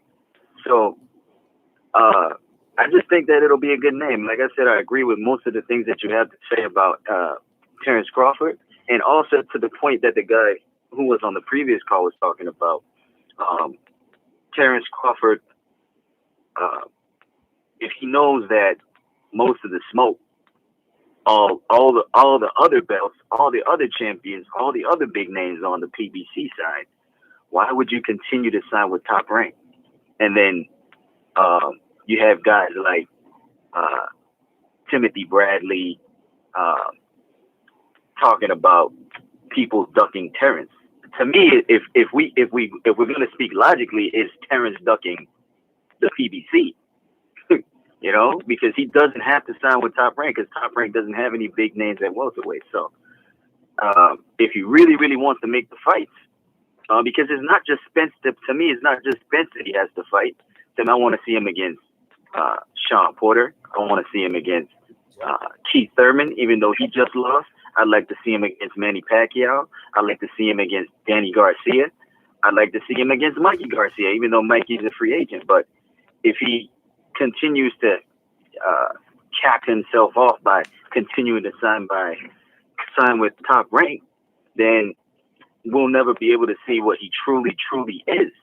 So if he can open up and become a free agent and get and I guess open the door for all of these fights to happen, maybe not all of them, but at least 2 or 3 of them, you know, I think that'd be great, because I don't think, even though Spence wants to clean out the division and fight all those guys on his side, I mean, not necessarily that it's not fair or whatever, but I don't think it's a good look that Spence, walks through all these guys and then Terence gets to, fight a whole bunch of nobodies until he meets Spence. You know, I think he needs to be tested too. I think he needs to be fighting these other guys also. Yeah. And like I said, it's just to see who he really is. And that's all we want. Show us. Don't tell us. Show us. That's all we're asking. Exactly, man. But that's all I have. I've been trying to call for a while, and I know the phone lines are blowing up. I just want to make sure somebody else. Appreciate you. Somebody else can get a chance to. So thank you for calling. Where are you calling from, by the way? Where's 340? I'm actually calling from the Virgin Islands, St. Croix right now. Oh, okay. Enjoy. All right. You too, man. I appreciate you. Live your best life. Yeah, man. I mean, that's all we're asking. If you're going to fight Green Machine, listen, fight Kell Brook. That's all I'm saying. If you're going to fight the Green Machine, wouldn't you rather have Kell Brook? 646. Hey, Sir Fred. Good morning, sir. Good morning. How you feel? I'm doing good. Hey, man. I'm doing great listening to you over here, man. Where you calling from, by the way? 646. New York. Brooklyn, okay. New York. Oh, Brooklyn. What's up? Yeah. Man, I'm sitting here listening to all these guys call in, getting on your case about the title. Actually, they're getting on the case about the title. Is Terence Crawford ducking Kell Brook? I don't think he's ducking him, but he needs to fight him though. He needs to fight him. That's all I'm. That's all I'm pushing. That's all I'm pushing. He needs to fight him. Come on, man. Listen, Kell Brook came from England, came over here, whooped Sean Porter's ass, took the belt, went back to England. You know what I'm saying? EJ went to England and beat his ass and took the belt, brought it back here. All we're asking is for Terence Crawford to cross the street because Earl Spence crossed the pond. Like, I mean, come on, be fair. All you gotta do is cross the street. Come on over here. Hey, exactly. There's nothing wrong with that. I mean, there's nothing that says that the fight can't be made, even if you sign to Top Rank. It's up to him to tell Bob, hey man, I want this fight. I want this fight. Get the fight done. Is that we're gonna do it or we're not gonna do it? Either if he can't get it done, then he needs to walk. I mean, I've seen over the years of watching boxing, I've watched all these guys leave Top Rank and become and build fucking empires. Better, yep. And you know what I'm saying? They built empires. The main one being Floyd Mayweather. Mm-hmm. You know what I'm saying? De La Hoya left. Floyd left. Cotto. Manny Pacquiao. I mean, although Manny finally got the message late, he still did it anyway. And he's over here with the rest of us making that money. Hey, Bud. Man, listen, I love Bud just as much as the next man does. But listen, he needs to make that move, man. He needs to make that move. And I'm going to support EJ because guess what? EJ, Island man, you know. Island man that way. So, you know what I'm saying? So of course, he was born in New York. EJ. He was born there. Exactly. Say no, hey, the New Yorkers will ride with the man. You know what I mean? Yeah, man. And another thing though, when are you gonna get Eddie alone again? Next time he's in LA, I'll get him. That was fun, listen, right? Wasn't that fun? Man, I watched the interview so many times, man. I watched the interview so many times, man. Listen, man, you did a hell of a job with that dude, man. Thank you. Thank you. You know, everybody else over there sucking up. I mean, nobody's asking a real question until Fred shows up. When that nigga show up, man, every tongue must confess, every head must bow. I am TBE of this shit. When Fred shows up, everybody running. Oh, here comes Fred, man. Here comes the police. They block everybody on my head, man. Damn. Man, listen, man. Love what you're doing, man. Keep doing what you're doing. I do support the LDBC. Y'all. I'm pretty sure you see me in every once in a while. Ricky Samuel, that's my name. Now I'll be up in there with Cali early in the morning. I'll be up with doing the tribute because I'm up right now. I'm working right now. I'm on the job. Perfect. 321. Yeah, you're right.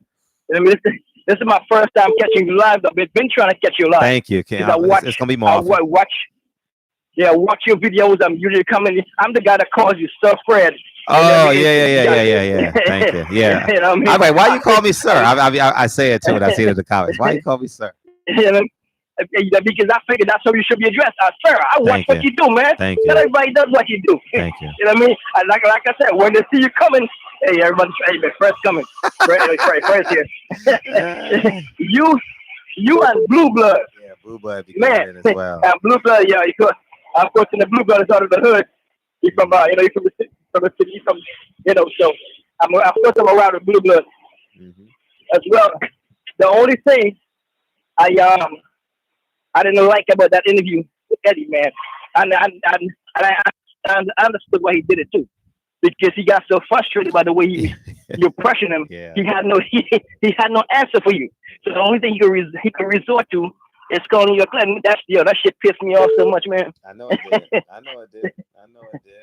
But I just sat there and was like, we got the victory. That's what I came here for. This is why I hopped on the plane. That's the only reason why I hopped on the plane was to get you, Eddie. And he turned pussy pink. I love the fact that he turned pussy pink. Loved it. One of the companies that I run for, they put with the sell plants. He turned up to there's a plant, a New Guinean patient called Salmon Pink. That's what he looked like in the face. Facts. Man, I laughed my ass off. I did too when I rewatched it. I loved it. Man, I couldn't help but laugh. Yeah, Fred got this on me. Oh, he got him. Good. Look at that. He got no answers. So all he could do was turn around and call him. And he turned into a homosexual conversation. Like I don't want to talk about. Exactly. Come on, man. He said he went back to being that little kid when he was getting bullied in school. Exactly. You're right. You're absolutely right. That's exactly what he turned into. Real spill. That's real spill. Yeah, man. I was even watching that when you guys were in Houston, man. That's an amazing thing you guys did down in Houston, man. Just amazing. Thank you. I mean, I have got a couple of friends that got like their own little barber shops and stuff like that, but for the crowd that you bring, we ain't got enough space. We ain't got enough space to accommodate. No way. We don't have the space. Because I was even thinking, I spoke to my man about you. I told him, the next time you come to New York, Brooklyn, right? I'm gonna make sure. Yeah. Yeah, I'm telling them, man, the next time you come to Brooklyn and you fight, I'm gonna make sure that I'm there because I have to meet you in person. Thank you. Hey, how far are y'all from Barclay? Not far. We actually down on Flatbush and Kings Highway. It's not that far. Okay. Yeah. Because so you're not far. You're not far at all. Yeah, Flatbush and Kings Highway. I have a business partner of mine that she's in Atlanta, and I was talking to her about the LDBC and everything that you guys are doing, and she's very big on that down in Atlanta.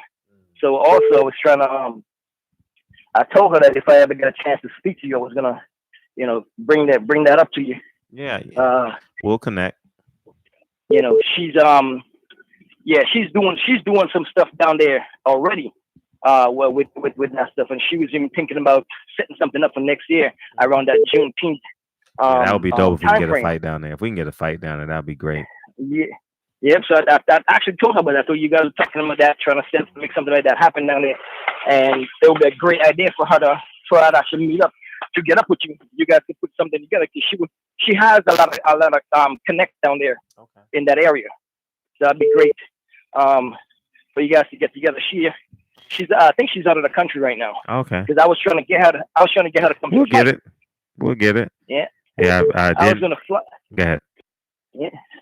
Man, but I appreciate you calling in, man. These phone lines are blowing up, man. Yeah, man. So let me get off, man. Thank you. I got your email. I got your email on there, so I'm definitely gonna hit you. Please do. Hit you up with shoot you an email and try to, we could try to set that up to make something happen. Because I love what you guys are doing. Thank you. LDBC, man, unbelievable.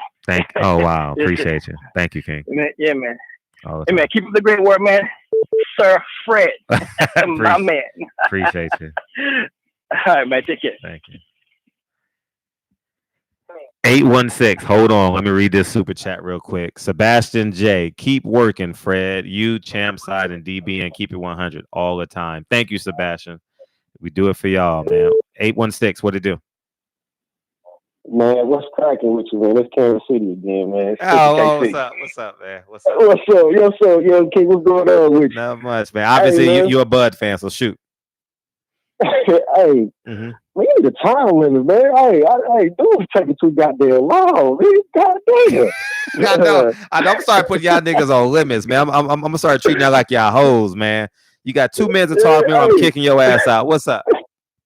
Hey, man. All right, so here we go. I got 2 minutes. All right, we setting a new rule here, man. 2 minutes. Anyway, I'm about to spit. Here it is. Hey, so I don't like when people keep saying ducking.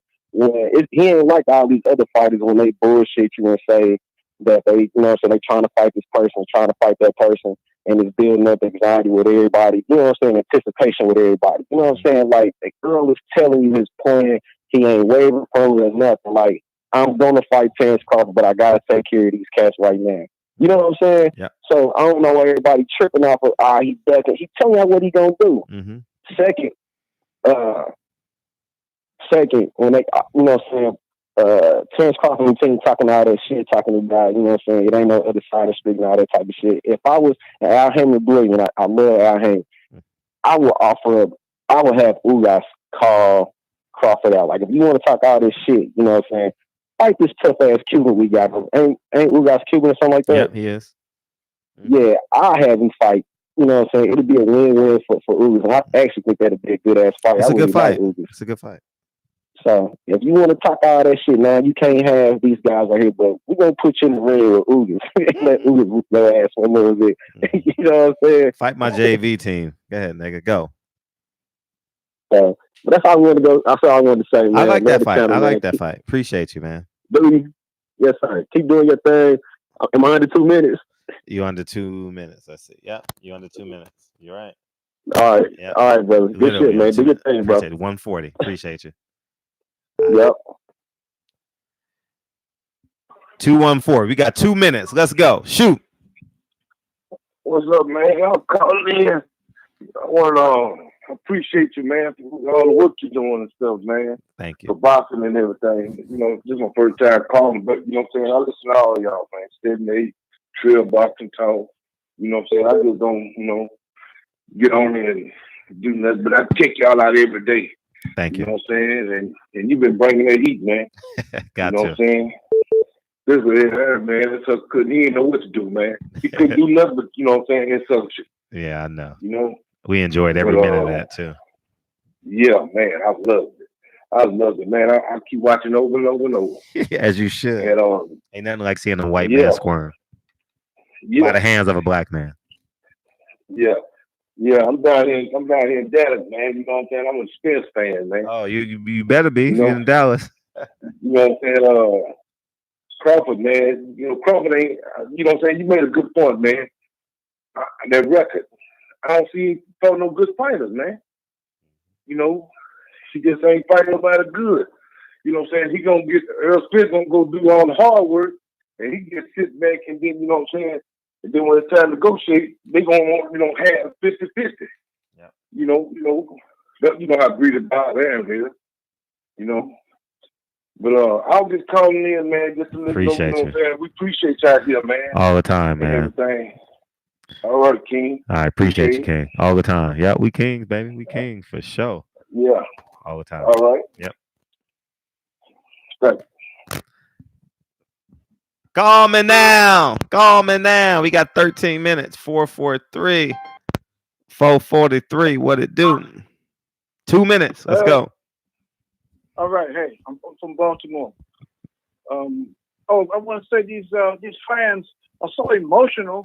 You can especially these Bud fans, but you know you got to see the fight. Mm-hmm. Hey, I mean, how you gonna know who's the greatest until they actually beat in the ring? We can theorize all we want to, but until we actually get in there and throw those hands, you know, you don't know. Mm-hmm. However, I do favor Spence because I think he's a better quality fighter. I actually have a gym out here in Baltimore. Oh, beautiful. Called the Honeycomb. You know, I've watched a Tank grow from a child. First time I saw him, he was like 7. And you know, even the trainers. One of the trainers, Ken comes from our gym, which was Mr. Max. We produced Hassan Rackman and Vincent Petway, both world champions. Okay. So, you know, that's what. I want to ask you one quick question Yes, because please. I know we're trying to not be long with it. This thing, my son lives in Modesto, California. Okay. And I want to send him down there for September the 28th. Oh yeah. How would we do that? He has to get his tickets and everything early. How does that work? To my event or to the fight? To everything. I want him to be a part of the LBC. Oh, he's gonna have a good time. All you gotta do is show up. This week. Okay. I'm gonna switch the flyers out after Sunday. I'm gonna drop that flyer in for that, and it's gonna be a great event. But make sure he goes to Access and purchases his ticket for the fight.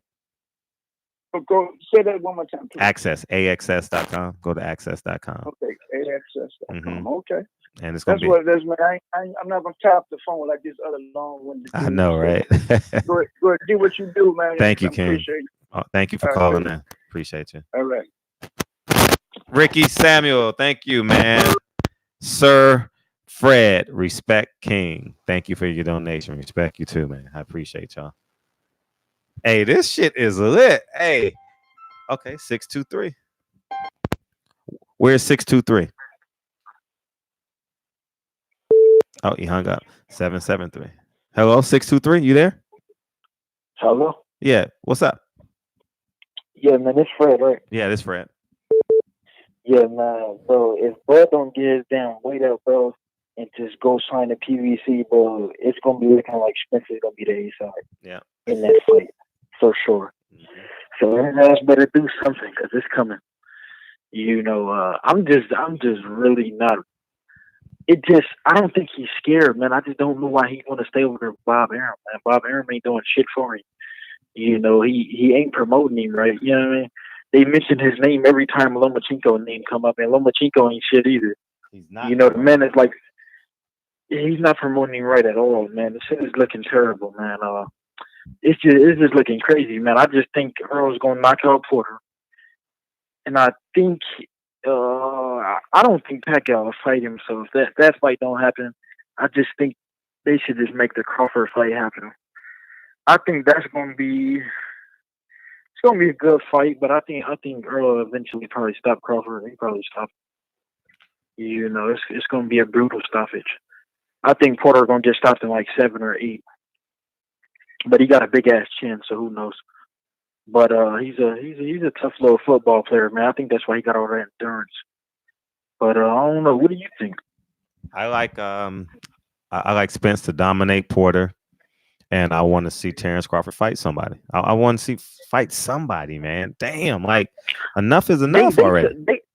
They talking about Kell Brook like he just was never champion. He ain't never did shit in welterweight. He didn't did way more than anybody Crawford ever fought. Like I didn't know why they talking about Kell Brook like he just ain't never did nothing. Like the man beat the hell out of Sean Porter. Facts. He gave Earl Smith a really good fight. You know, I was hyped for that fight, and so you know, I really would like to see what Crawford could do with him, man. I don't.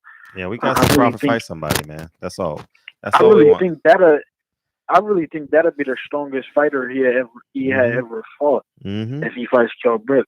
And skill wise, like I just gotta see him in there with somebody, brother. Like you're right. You making your points. Gotta take this another call. Because I'm about to take this another call. Yeah, I got 2 minutes. Oh. I'm changing the rules on y'all niggas. Like the white man, I'm changing the rules in the middle of the game. Okay, man. Thank you, man. Appreciate you, King. Appreciate you. All right, call in 503. Fred, what it do? Think the odds of Spence fighting Manny after Porter 70-30? 70-30. I want Khalil Johnson to call in. Khalil, what's your zip code? Tell me your zip code, Khalil. Khalil, tell me your zip code. Khalil Johnson, tell me your zip code. How many of y'all in the chat actually buy? Khalil, what's your zip code? Khalil, what's your zip code?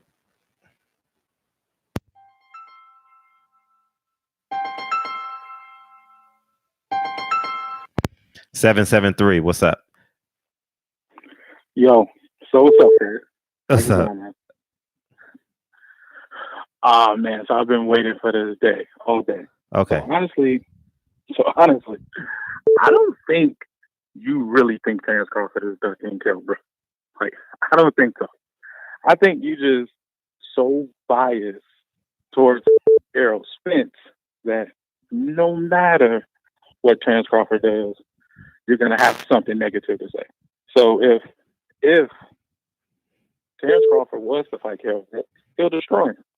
And then what you'll come on your channel and say is, oh, he fought a washed or a Kell Brook that was past his turn. So you won't give him credit for it. You will say, nah, he fought a washed Kell Brook. Kell Brook is over the hill, et cetera, et cetera, et cetera. If you look at Bud Crawford, the same guy that went over to Scotland and fought Ricky Burns, the same guy that fought Jeff Horn when everyone said, oh, Jeff Horn was too big and was going to bully him, the same guy who walked through every opponent for the last 5-6 years, why would he duck Kell Brook? That just doesn't make sense. Kell Brook, have you seen Kell Brook's last few fights? Kell Brook hasn't done anything against anybody in his last few fights. He's looked pretty bad. He got knocked down in one of his fights. So you're telling me Terence Crawford, who's dominated his last few fights, is going to have a hard time with an over-the-hill Kell Brook? Okay, you done? I'm done. Okay. Now, I got a simple question for you. Simple answer for you. Can we see it? That's it. That's it. Show me. Show me. Don't tell me about it. Don't tell me how good Terence Crawford is when there's 10 fighters out there that he needs to be fighting. Show me. I'll say, I got another question for you. Okay. When's the last fighter that Al Heyman has took to an undisputed level? Bob Arum got Terence Crawford, undisputed champion of the world. You guys talk about his resume. That's such a that's such a loaded question because the only way time out. The only way this guy's resume is if he did not become undisputed at 140, no matter how you guys try to slice it. All right. You guys are so biased because it's Errol All right, Spence, Errol Spence. And the only reason you're so biased against Terence Crawford is because Errol Spence gives you access. Now, it. now the That's it. now the bottom line is only for real. PBC fighters cannot become undisputed because of the WBO belt. Okay, now we got to go. All right, I just dropped the mic on you. I just dropped the mic on you. Call back in 773. We need you. I'm waiting on Khalil. Fucking mean you doing sit-ups, nigga? What that mean? You doing sit-ups? Nigga, take a sit-up break and sit upright and call me, nigga. That's what you need to do. Nigga, you really call back in. What's up? You got 2 minutes though. Go. Yeah, Terence Crawford is ducking Kell Brook. Why wouldn't you want to fight the man who fought the man to be a measuring stick against the other elite welterweights, basically? Why wouldn't you want to fight someone who obviously had a tough fight with Sean Porter, and Sean Porter is another elite welterweight?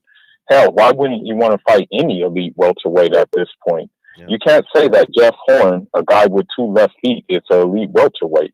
You can't say a guy who had 1 leg is an elite welterweight, but you were still walking into counters all night from him. And he was just fighting on the line. He was not giving you any lateral movement or anything, but you're still walking into counters all night long. Okay, that's just telling me something about where you're at and your thing. Now, perhaps I give him the benefit of the doubt that he was toying with him for 12 rounds and he just wanted to draw out the fight for that long, so he didn't mind walking into counters or anything like that. But that's just the way I look at it. And as far as like for people who say that Earl Spence does not knock out people with body shots, 2 words or 1 word, Ocampo. What round did he knock out Ocampo with a body shot? The first round. For people who say that Earl Spence went 12 rounds with Mikey Garcia, he went 12 rounds with Mikey Garcia because he was boxing on his toes. He was not sitting on shit.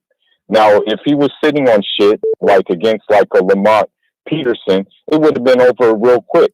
My problem with these Bird fans is that Bird is talking the fights that matter. Spence is actually fighting the fights that matter. Okay? Yep. And so this is why I have to go with him, because he wants to take all fades. There's no, it really is Free Smoke Jr.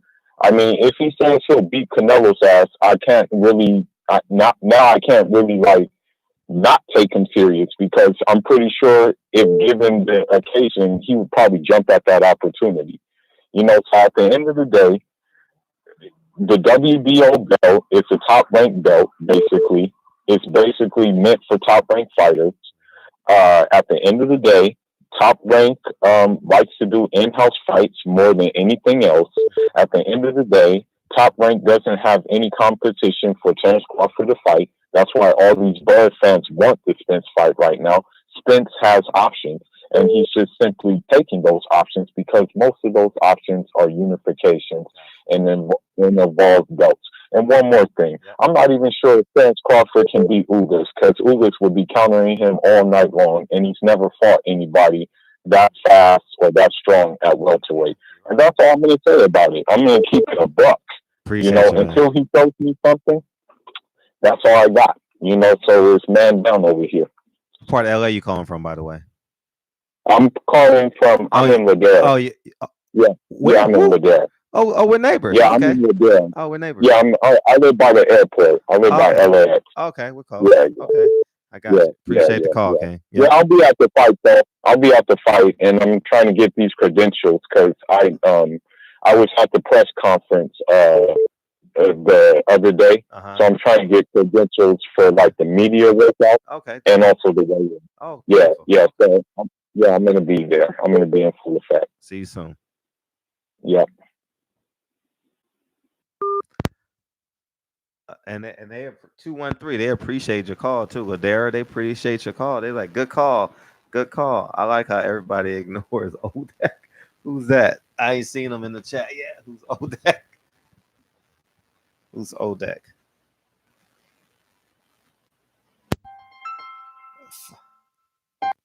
Finally, 503. What's up? Oh man, I know, right?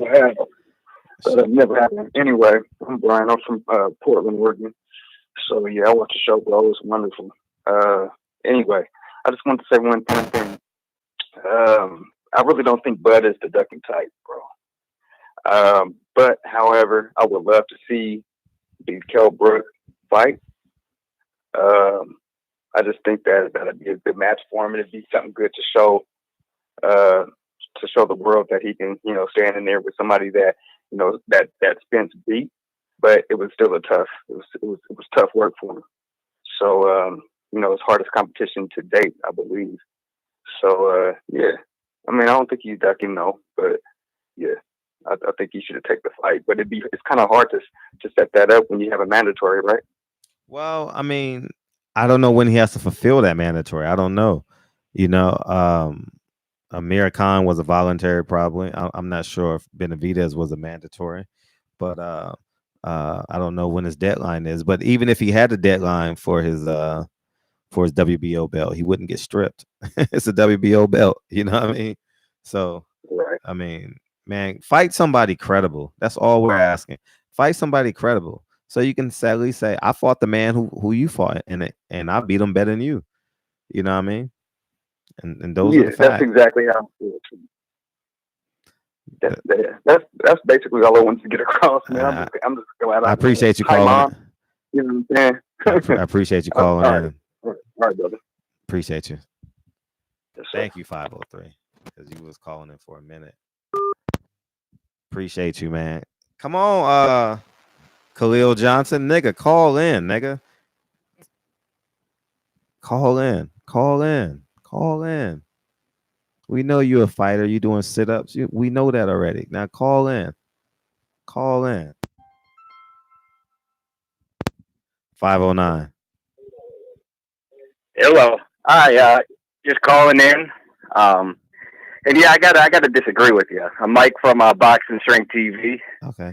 I personally put Terence Crawford's credentials right now of all the belts he's won, from 135 all the way up till now, to literally versus everybody in PBC, the main three. So I guess what we're gonna say, Danny Garcia now because Thurman's out, Porter and Spence. His resume is actually better than all three of those guys. 100%. He's won all the belts. He's unified. And if he was at PBC right now, they'd be calling him Mayweather. Oh, you want me to respond? You want me to respond? I mean, basically, I think this is my opinion. I think all the PBC fighters, they're ducking him 100%. Because this fight's already bought and sold. It's been on the Breakfast Club. Joe Rogan talks about it. I mean, if this fight doesn't happen, I'll just quit watching boxing. Because Crawford wins. But that's really it. That's what I wanted to get out to you. And and he beats everybody at 154 too. Who beats everybody at 154? Crawford, 100%. Oh, he's number one pound for pound. Please come back and bet me. You guys are hating on Top Rank. Please come back. Oh, you make no sense right now. You're delusional. You make no sense. I need you. Can't win at 54. I need you to call in. I need you to call in every time I have a show, so people can see how intelligent I am. He doesn't. So Spence. So Spence is 35-0. I mean, who's he beat? Ocampo, Mikey Garcia. Spence is 25. I mean, Crawford's done it, man. What's up? No, Spence is 25-0.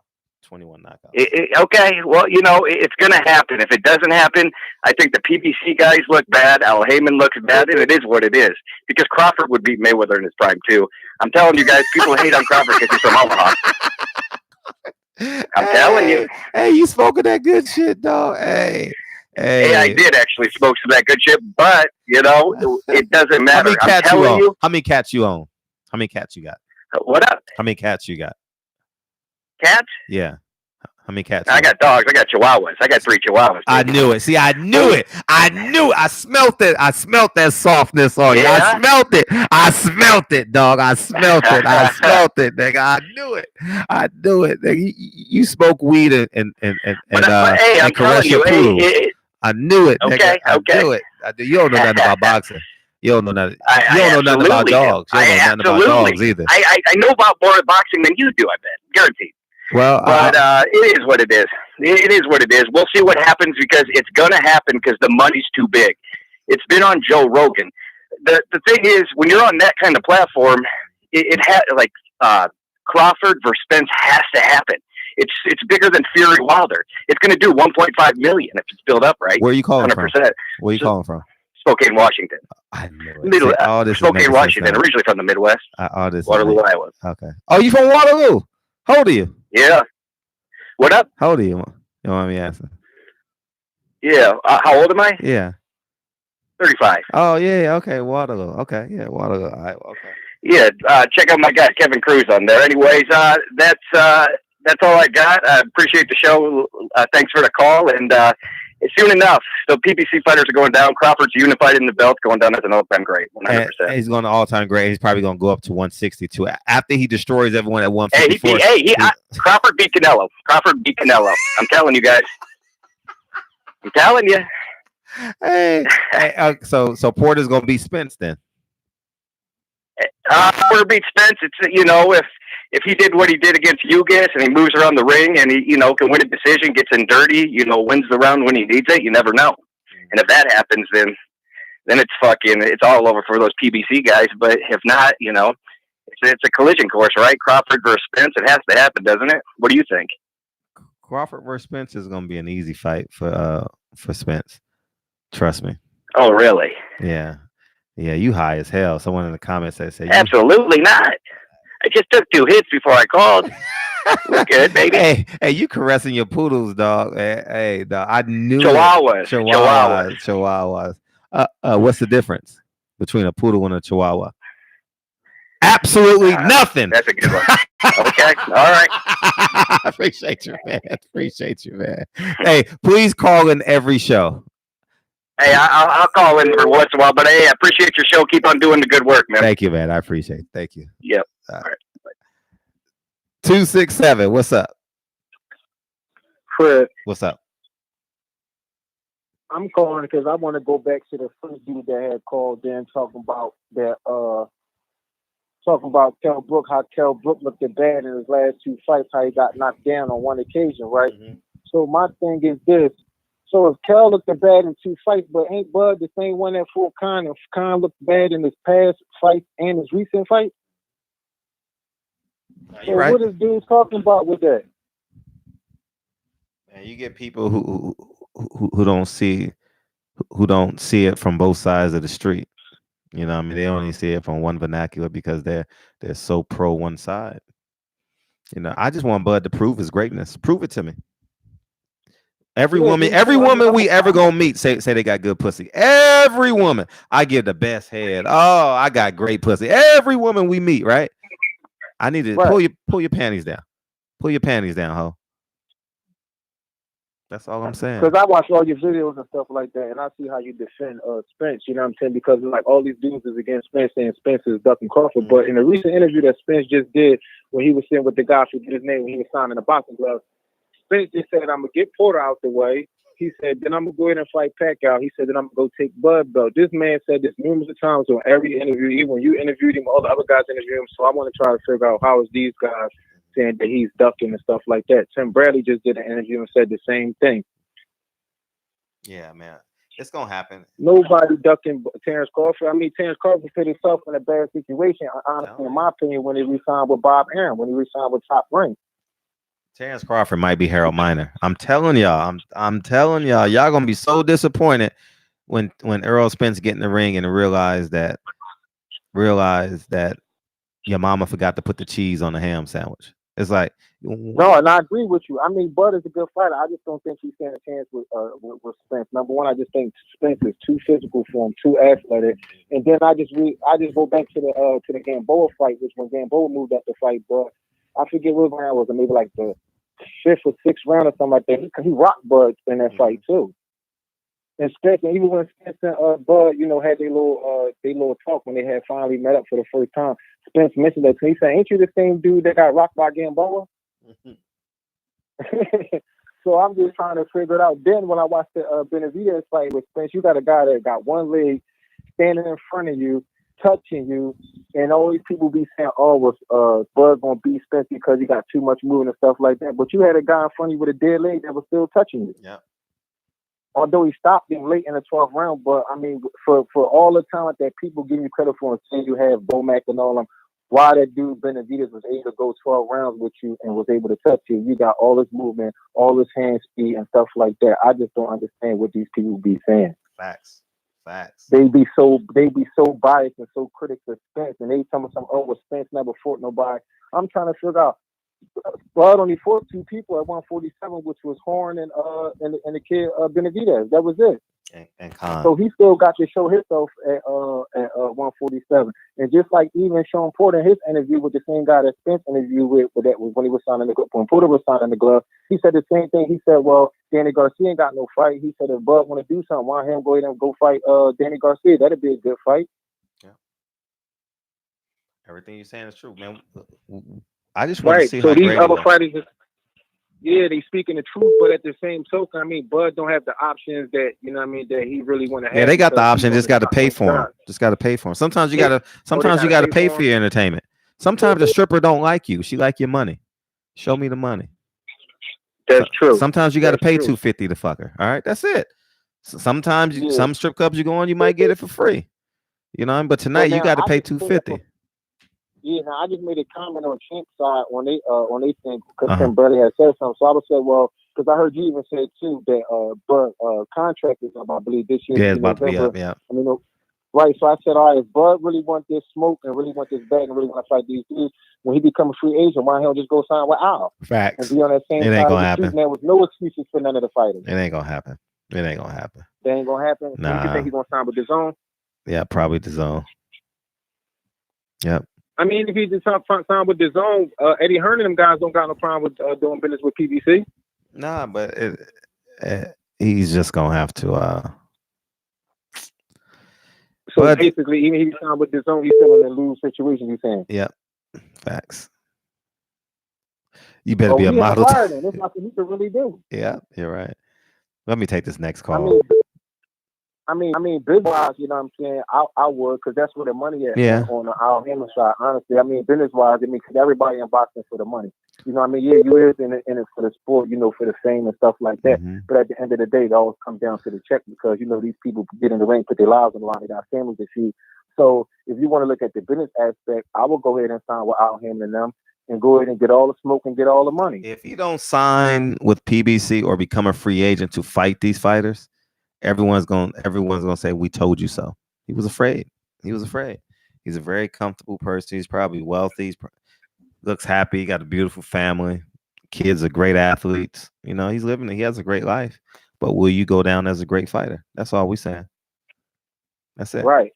That's it. Simple. Right. That's true. And then honestly, I think everybody that be with Bob in the beginning, it'd just be like, even with Oscar De La Hoya when he was with Bob. I mean, even though he was getting good fights, but it's like once he left Bob, he started promoting his own stuff. That's when he started making money. Floyd did the same thing. When Floyd signed aboard his contract from Bob, he started making money. Them dudes, even with Pacquiao now, Pacquiao stayed with Bob for so long, but I think Pacquiao's making more money now as a free agent. Yeah, he's making more money because he's keeping more. Bob. He's keeping more. Yeah, I appreciate you calling in. Thank you. No problem, Fred. Calling anytime. Yeah, appreciate it. I like your channel, man. I like your work. You know what I'm saying? I Thank appreciate you. what you do. I support what you do, and just keep up the good hard work, man. I promise. For guys like you, if it wasn't for guys like you, man, we wouldn't see the things that we'd be able to see with these fighters. I promise you I will. I promise you. Promise you. Can't stop, won't stop. Thank you, man. Nice talking to you. Likewise, King. Khalil, nigga, stop talking in the chat, nigga. You spending far too. How the fuck you doing all this texting? You supposed to be doing sit-ups, nigga. That's all I'm asking. 816. What up? What's up, Fred? What's up? Who this? KC. Oh, what's up, man? How you feel, King? You all right? I'm good. Man, I've been stuck on a lot of calls, man, back to back. Hey, what's poppin'? Fred, man, this is ridiculous. So we got a guy that we said is the best in the world that's fighting bum after bum. and Tim Bradley is trying to validate him fighting the guy that it's like having a three-legged dog that he just fought. Mm-hmm. Then he fought a guy that everybody knew been asleep since he fought Canelo. Mm-hmm. The guy just got woke up. Yep. So they bring him out for a pay-per-view fight, and they try to tell us that this guy is worth watching on pay-per-view April 20th. They do no press tour. They do no promo. They got the guy here, and they telling us he's the best. He hasn't fought a Sean Porter, a Danny Garcia, a Keith Thurman. Hell, he hasn't even fought Luis Colado. I mean, so they telling me this guy is the best, but he got stung by Yurikis Gamboa, who's a 126 pounder, 130 pounder. And they're telling me he's the best that they got. So all Top Rank is doing is basically getting the opposite of each equation. Of the welterweight, they got a guy that they claim is the best. Of the heavyweight, they got a guy they claim is the best. Of lightweight, they got Lomachenko, who probably is the best, but we don't know. So they got all these guys that they keep telling us, okay, the guy that we got is the best, but we're not going to let him fight the other guys. And people keep ignoring the fact that Tyson Fury had a rematch that was set, and then he ran and stole some money, and now they applaud him for stealing the money. But yet still they telling us that we should watch him fight Otto Wilder because he's talking about he's going to fight Wilder after that. So I'm supposed to follow this and watch this on ESPN? The sports leader. They said it's the sports leader. They got the money, right? Tomac said they got the money to make the fight, but they cannot fight Kell Brook because they don't want to pay him the money. But they just paid Tyson Fury to fight Otto B. Wilden, and then he just fought Tom Schwartz, my accountant. But they telling me that I should watch them promote these guys that they promote by piggybacking their name, attaching their name to the guys that's really fighting guys. I mean, Tyson Fury isn't even fighting people like Anthony Joshua was fighting. Man, it's a sham, man. He just fought 5 or 4 guys. There's gonna be 4 guys that he's fought. That's less opposition than even Terence Crawford. Yeah, people don't. So I don't see. I mean, I see Terence Crawford and Errol Spence being a very close fight, but I don't see Terence Crawford beating because I mean it's like if you really think about it, who has he fought that put him under the pressure that's going to make him adjust? Yes, he has he has good feint. He has good head control game. I'm the one that's always sending you the Instagram things on real estate. Mr. Cash Out 83. Yeah, okay. But I don't see him. I mean, he has that, but will he be able to adjust to a guy that's bearing down on him all the time? Because we haven't seen that Jose Benavidez is the best pressure fighter he's fought. The best pressure fighter he's fought is Jose Benavidez. Jose Benavidez, a guy that has one leg that Tim Bradley could have knocked out. And Tim Bradley don't knock nobody out. I mean, I looked at the end of the Tim Bradley-Diego Chavez fight the other day, and Tim Bradley looked like Martin Lewis when he fought Tommy Hurt. Yeah, I remember that. All he did was catch punches with his face. I remember that. So you can't convince me that since he sparred Tim Bradley all the time, that he was sparring somebody great. You know, like Tim Bradley never was great. Tim Bradley never called those guys' names out because he just told the people in the interview that he knew he wasn't getting those fights. The only cross promotion they did was Mayweather Pacquiao. So what are we talking about? How soon people forget? Bob wants the money so he can control the money, and then he's going to disperse the money to the idiot Negroes that signed with him. That's all it is. You're right. That's all it is. That's all I got. The guy that called with this theory that Terence Crawford's going to 175 pounds eventually. I don't know what it is. Yeah, what? Very entertaining. Do you remember, Fred, when Dante's Boxing Nation did a couple years ago, they had an interview, I want to say it was Gary Stark Sr. or somebody, and Gary Stark plain out said that Russell, 126-pound Russell, beat up Terence Crawford and knocked him out when they was in the amateurs. It's still on there. I'll find it, but it's on there. And I want to say it's Gary Stark Sr. Send it to me. Gary Stark Sr. said it. And if Terence Crawford, I mean, I understand Gary Ross is a faster fighter. But, man, Errol Spence putting hands on you is a lot different than Jose Benavidez. That's a lot different weight. That's a lot different weight on you than that. I just don't see it. But we wait to see the fight when the fight happens. I believe Earl's gonna fight him. I just think Earl's gonna clean up his side, so to speak, like Tim Bradley was trying to do, I guess, fighting Ruslan Provodnikov, who he almost died in the ring. Diego Chavez. He'd rather fight them than Keith Thurman and Sean Porter and Danny Garcia. He's going the same route as Keith Thurman. They becoming the same person. They becoming same. Get out of here with that. I don't believe nothing they said. So, that's my call. I'm gonna let somebody else get on, man. Thanks, man. I keep sending you stuff. Man. It's great talking to you finally. Great chatting with you. All right, man. Have a good one, man. Thank you. That was cool. So yeah, man. All right, we're gonna wind down. So we're gonna take Khalil, what's your zip code? Khalil, what's your zip code? I'm not picking up another call. What's your zip code? Tell me your zip code.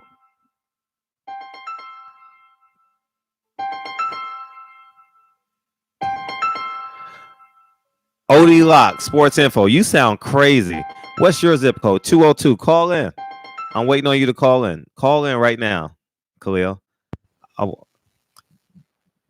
202. I'm waiting. OD Lock. What's your zip code? I want you to call in as well. Come on, Khalil. Like, what you waiting for? Come on, 202. Everybody waiting. See, ain't nobody calling. We waiting on you, Khalil. Tell us how great Terence Crawford is.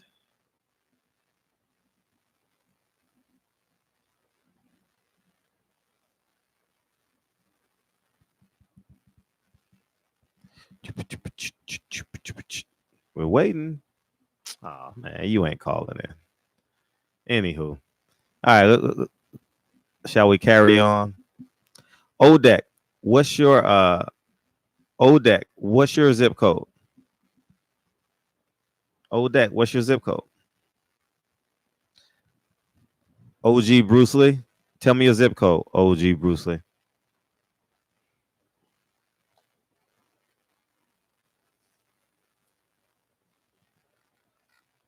Call in right now, 513. Call in. Call in. Hurry up. OD Lock, I need you to call in. You're entertaining. Toronto Watch, I need you to call in. It's pretty entertaining.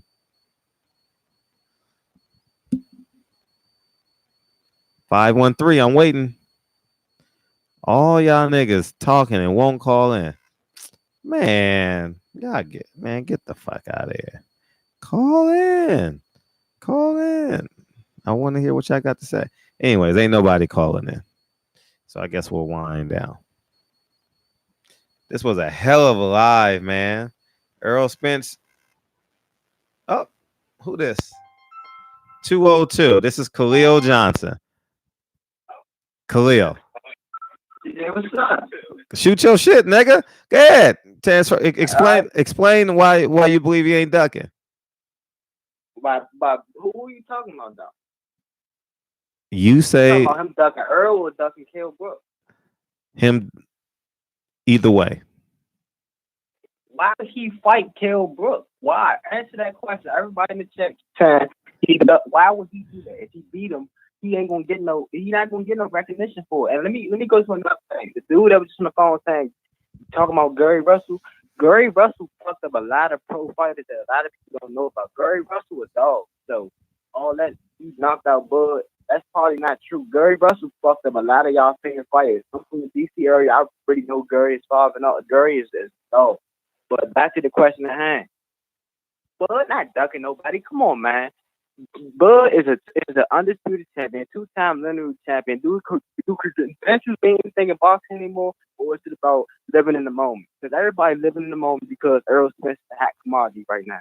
It's like the dude that was just on the phone a couple minutes ago said, if Terence Crawford was with PBC, Terence Crawford would be called the next Floyd Mayweather. Because that man is 35-0. He's an undisputed champ, 2-time champ, regardless of how you slice the dice or whatever. Errol Spence is a true middleweight. If you really know boxing and you really know what you're talking, he's a true middleweight. And Sean Porter's resume is better than Errol Spence.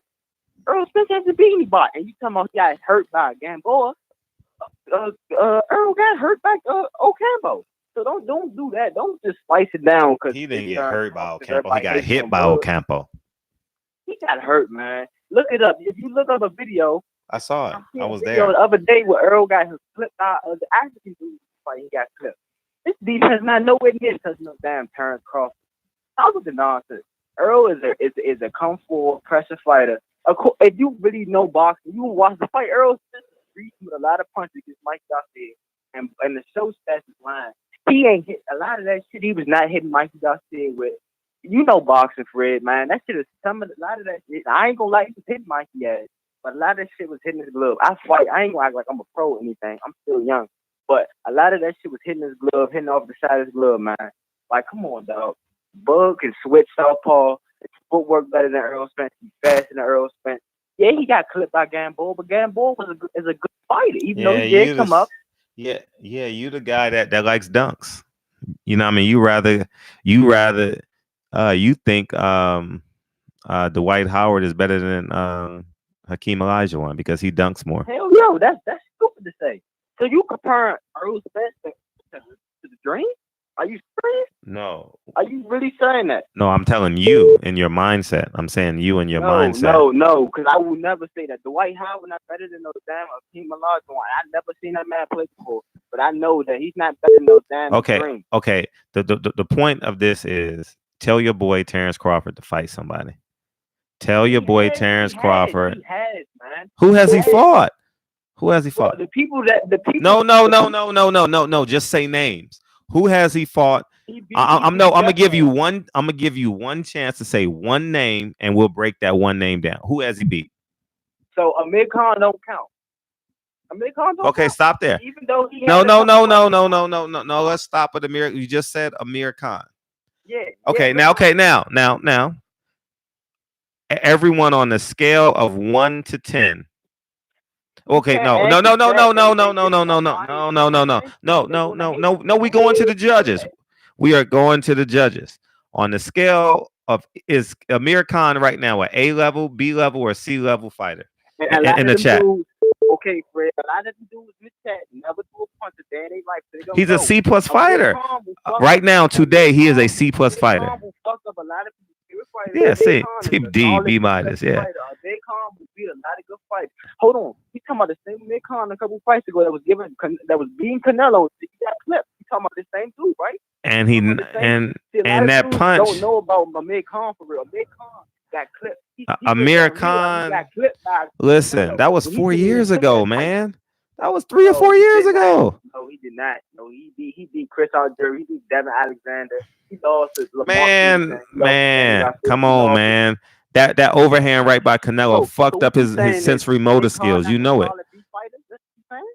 At best, he's a B level fighter today. Okay, it's boxing. This pro. This is no damn amateurs. Everybody not gonna be on the A level fighter. Everybody's not A level. Tom Porter not no A level fighter. Keith Thurman not no A level fighter. Listen.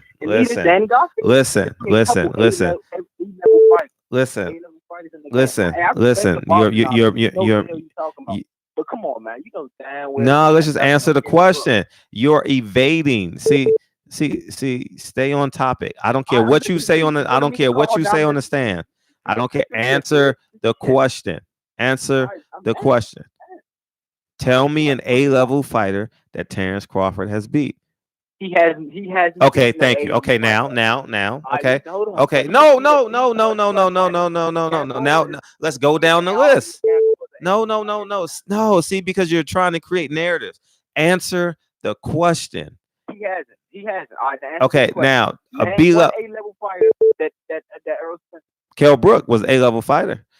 Kell Brook is an A-level fighter? Yeah, at welterweight for sure. My God. So Gamboa is not no A-level fighter, but Kell Brook is. Mikey Garcia is an A-level fighter at 140. When the hell did Kell Brook become? What?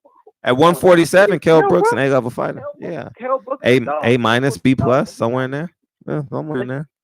If Brook fuck up Kell Brook, you know what all y'all guys gonna say? Oh, we knew Kell Brook. How about you go on Twitter and tell Terence Crawford? I'm looking at Kell Brook's shit right now. The only two notable fighters that I know he has beat, and I can think on the top of my head, is Sean Porter that he beat. He got fucked up by Triple G, and he lost to Earl. The rest of these dudes I see on this list, I don't even know who the fuck. Well, all I'm saying is this. No, listen to what I'm saying. Okay. Have them. It's simple. No, all you're doing is talking. All you're doing is you're wasting words. You are wasting words. You're wasting words. Either he fights him or he ducks him. Plain and simple. Mean Machine. The other option is Mean Machine. He's a D-level fighter. That's a mandatory. That's a mandatory. Listen. So I want you to make the same argument with Tank. Tank knocking out Cats. I'm not talking about Tank. I'm talking about Terence Crawford. Stop talking about your ex-girlfriend. You got a problem with your girlfriend right now. Okay? We're talking about Terence Crawford. Tell Terence Crawford to fight him. That's all we're saying. Fight somebody of notice. Tell Terence Crawford. Yes, go ahead. Okay. Now, if he fucks up Kell Brook, what are you guys going to say? He's over the hill, and then we start going to say. Well, right now, I'm saying he's a better fighter than Mean Machine. He is. But So fight him. So fight him. Mandatory. But, bro, come on, man. Why so much hate? It's not hate. It's not hate. It's not hate.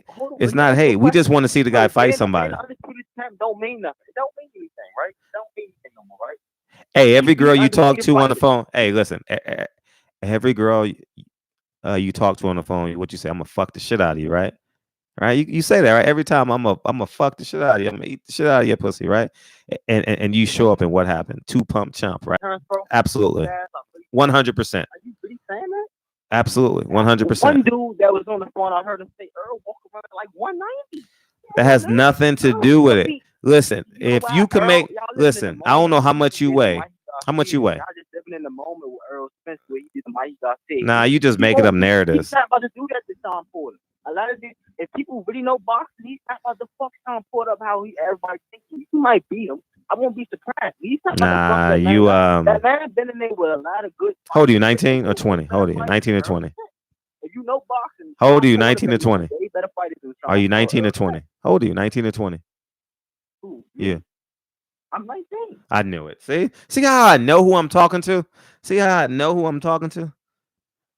Yeah, man, listen. What age had to do anything though? Because you're not ready yet. Because you're too rambunctious. You're excited. How? Because y'all because you're going off topic. Because I asked a question. You said Tank Davis.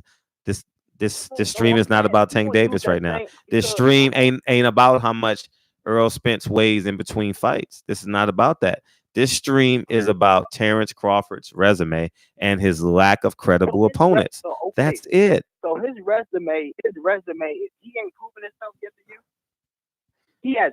No, I want no half answer. Yes or no. He hasn't proven himself. Terence Crawford. He hasn't fought anybody, no. Oh my God. So Earl Spence is for somebody.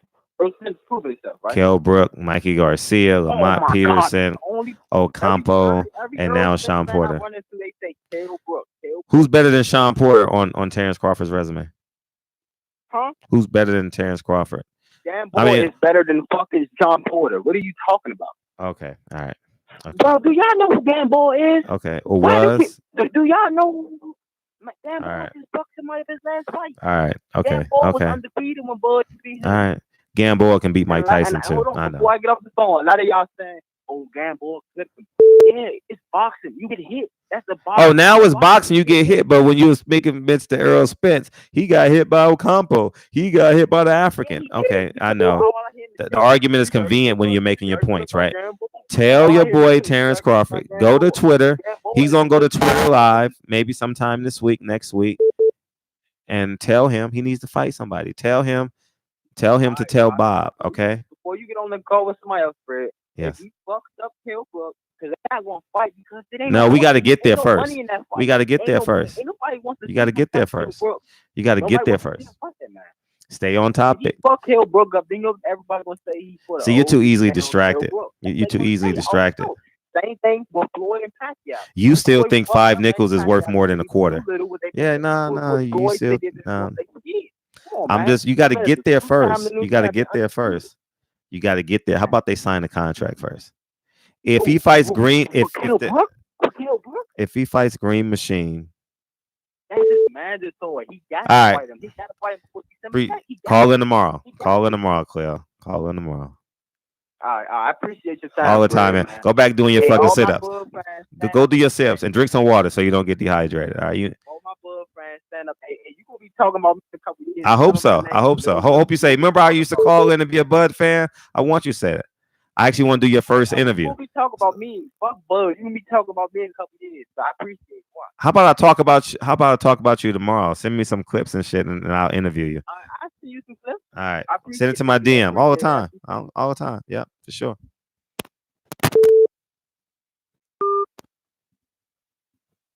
All right, y'all niggas just not gonna let me go to bed, huh?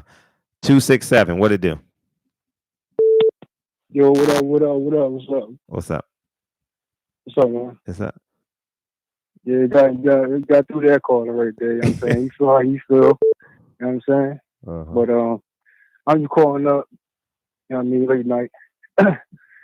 Speaking on that, Team DSG, man, Danny Garcia. Oh, you're a Danny Garcia fan? Yeah, you're a good guy. I know you're talking about Terence Crawford and Kell Brook.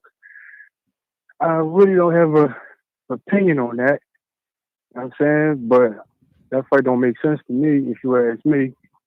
It don't make sense. You know what I'm saying? It don't make sense. Nah, because it's like So no. So if that fight don't make sense, you got to have another fighter in place of that. Who is it? I mean, Southpaw versus Southpaw, you versus Devin Alexander, man. If he's still available. Devin Alexander just got beat by Ivan Redcash. I mean, Southpaw versus Southpaw, man. Devin Alexander is still underrated fighter that still do good fights, man. Devin Alexander to the chest. Devin Alexander. You know what I'm saying? Devin Alexander. I mean, he been out the picture for a minute. You know what I'm saying, but he just lost a month and a half ago. I just covered his fight. Oh, who he lost to? Ivan Redcash. He got stopped. Damn, for real, bro. Man, I don't get Devin Alexander sometimes, man. Like, what's up, Shane Moody? That nigga crazy, man. Losing fights, bro. He's too nice, man. Man, you got to stay current. Anyway. Devin Alexander. You got to stay current, man.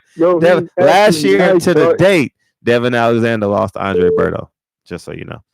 Anyways, man, you got to go. Whoa. That Andre Berto fight, right? That was actually a 6-6 fight, bro. Yeah. Yeah, but we watched that fight. It was actually a draw.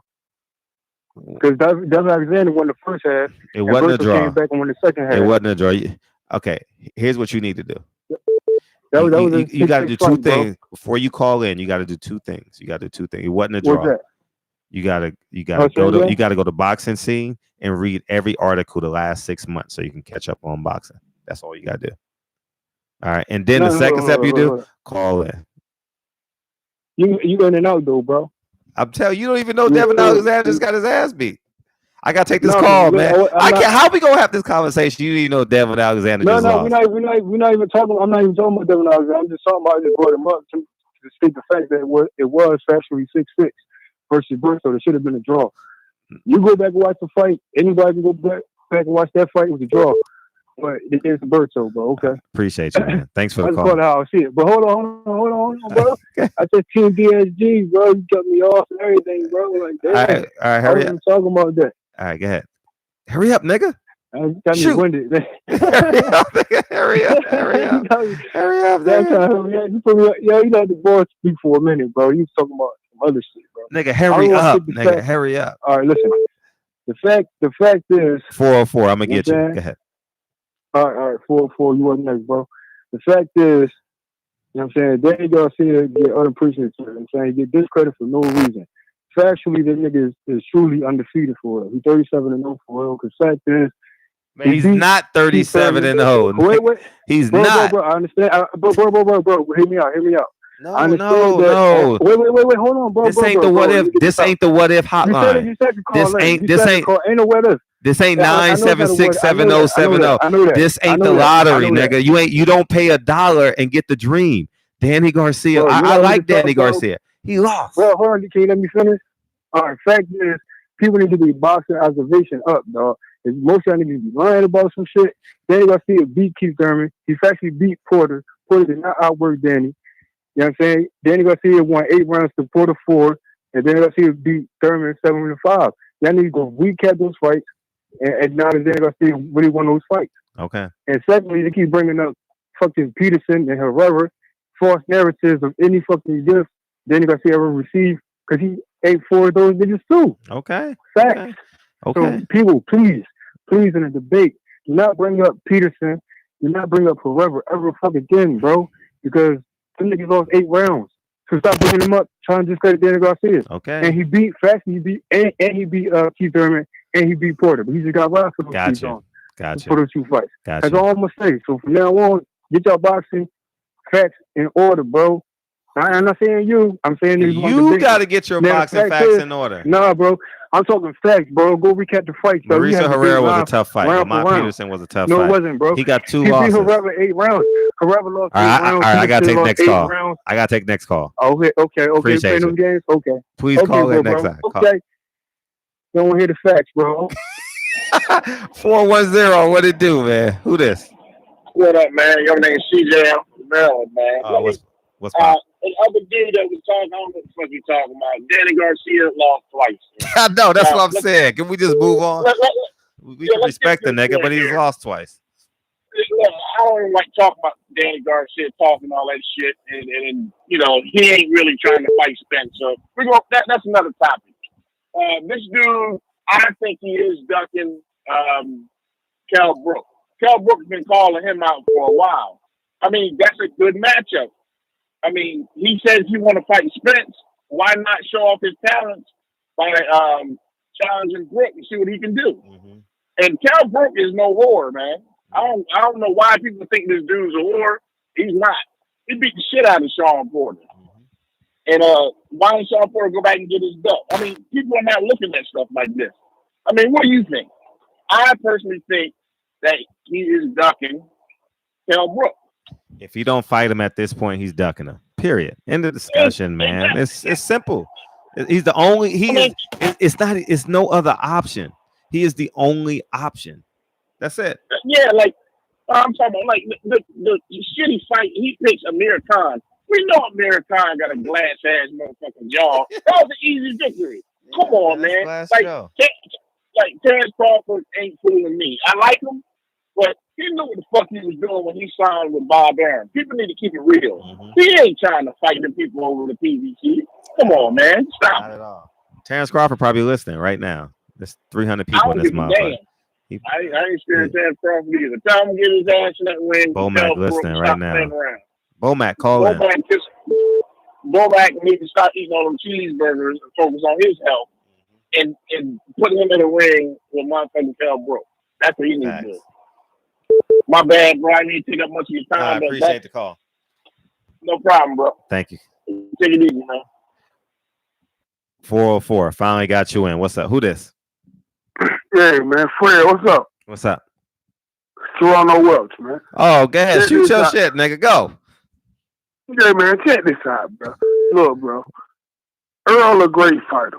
Motherfucking Crawford a great fighter, bro. Everybody talking about ducking. Crawford said it himself, man. He ain't ducking Earl. Earl ain't ducking him. It's the politics of boxing, bro.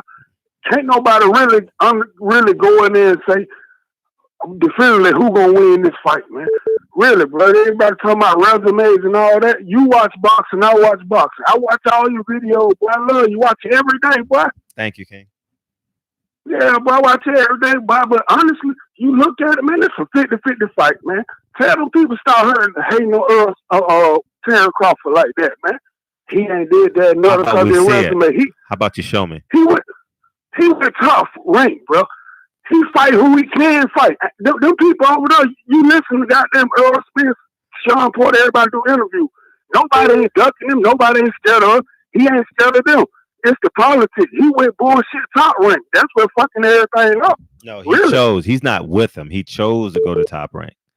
Hey man, I'm like every other fan. I wish he leave and get with PBC. We want to see the best fights, right? Best fights. You're absolutely right. Damn right. You seen Terence Crawford in the ring. Tell me that man ain't got skill. I mean, he might be Harold Miner. I'm telling you, he might be Harold Miner. Man, I'm telling you. Come on, he bro. might be Kobe. Man, he might be Kobe Bryant against the Utah Jazz. I'm being real with you, dog. Like, come on, Fred, you smarter than that, bro. I'm smart enough, and you know how smart I am. I need to see it. Man, I want to see it too, but see how we gonna get it. So he got to go fight a Kell Brook or Man, whatever. this ain't no hope election. This ain't no hope election. I need to see it. Oh, come on, man. I need to see How it. could he see it, though, friend? You know the politics of boxing. What the fuck did he do to get Spence in the ring? What did he do to get Spence in the ring? You know the politics of boxing. What the fuck did he do to get? We're not talking about Spence. We're talking about Kell Brook. We need a credible opponent. Kell Brook. Yeah, we need a credible. Okay, well, what do you think about Kell Brook, though? This man been both eye sockets have been busted up, everything. Do you think he's a credible opponent? He is the most credible opponent out there. So you'll give him his props. He go in there and beat up Kell Brook. It is the most credible. Listen, fight the best you can fight. I respect that, dude. I'm telling you. Fight the best opponent. Fight the best opponent you can fight. He hasn't, man. Okay, so look, after he beat the shit out of Kell Brook, what they gonna say? Oh, he went in there and beat up damage good. That's not what I'm saying. Fight the best opponent you can possibly fight. Kell Brook is the best opponent he can possibly fight. Line him up. How many welterweights with top rank right now that can give Terence Crawford the props? That's not what I'm saying. You're changing. That's a different argument. I'm saying who is the best 147 guy that's eligible to fight him right now on his side? I see he can't get nobody else for Kell Brook. So can we just see the fight? Can you fight the best you can possibly fight? Who's the best? Right. Okay, who's the best? So you say he's ducking Kell Brook? If he's not fighting him, he's ducking him. Did he say he's not gonna fight him? Yeah, that's what Bomac said. We're not interested. That's what Bob Arum said in my interview. He's done. How was he done? So who's the green? Who's the green machine? Who's the green machine? Who the fuck is the green machine? That's fucked up. He ain't gonna fight Kell Brook. You would think he'll jump at that opportunity. Well, the green machine is a guy he may be fighting. Hey man, look, I don't know about the politics. He probably ain't got one leg and one arm. You know what I mean? As bad as he is, you know what I mean? Shit. Terence Crawford you're right, with bro, no chin and no leg. Here's what I'm saying, man. Man. I don't think Crawford ducking nobody. Dude's skills are polished, man. Dude can get in there with anybody from the PBC and mix it up beautifully. All I'm saying is show me. Show us. Come on, Fred. You know the politics of boxing. How do he get away from top rank if he don't want to leave? How about you show us how great you are? Show me. Show up on the first with the mortgage. Show up on the first with the car payment. Don't tell me about it. Don't tell me about it. Show me. Nick, I need to see the mortgage. The mortgage is due. I want to see it too, bro. I want to see it too, but goddamn, ain't nobody from the PBC. Every one of them saying, man, look, he ain't in all playing. He on the wrong side of the street. Yeah. You know what I mean?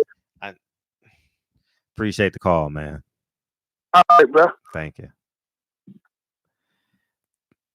323, what's up? Nothing to it. How you feel, Fred? How you feel? Good morning. Man? Good morning. Man, everything's solid, brother. Thank you for taking my call. All the time. Listen, let's add some substance to the discussion. Okay. I'm going to quote you first. Yep. What you said is, if you won't fight him, you duck it. Mm-hmm. Now let's look at all of the belt holders in this division. Okay. Crawford's one of them. Mm-hmm. Why ain't fellas trying to unify the belts? Crawford's being ducked. Daffy ducking Crawford. By your definition, you're absolutely wrong. He's fighting Keith Thurman. I mean, he's fighting Sean Porter. So I can actually just hang up on you because then he's gonna go to Sean Porter, Manny Pacquiao, and then Terence Crawford. That's not what I'm gonna do, and I'll never do that. I'm a legitimate boxing fan. But that's what I'm saying. And you, Fred, and I've seen you in the circuit. Uh-huh. See, I know Bud, so it could be personal to me. Uh-huh. But see, I've seen you in the circuit. Uh-huh. I know you getting around and you establishing yourself. Mm-hmm. But make sure that you set the platform properly for your audience. No, the platform is either he's fighting him or he's ducking him. That's it. But you know there's no public interest in the Kell Brook. Oh, so there's public interest in the green machine, right? Oh, sign me up. No. I'm flying to Omaha tomorrow. Matter of fact, I'm going to buy the ticket. I bought the ticket yesterday to see the green machine fight. It's ridiculous. Well, God bless you. And I hope you saved your receipt for the refund. But that's not why I called in this morning. But go ahead. Shoot your shit. So listen, Mm-hmm. I understand what you're saying. Mm-hmm.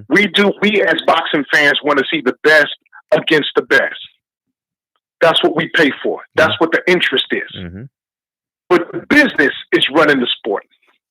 So it has to make business sense to the matchmaker.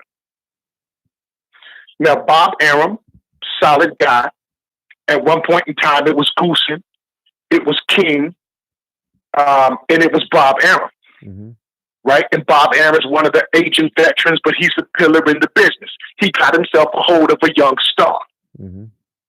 Crawford had to sign up with somebody. Look at what's happening at PBC. They flooded. The problem is that one guy on one side of the street can't fight the guy on the other corner. That's terrible. But Crawford, let me tell you, what he did to Amir Khan was make him quit. What Crawford did to Gamboa, and I got my money on Gamboa against Porter every day, all day. And look what Crawford did to him. He dismantled him.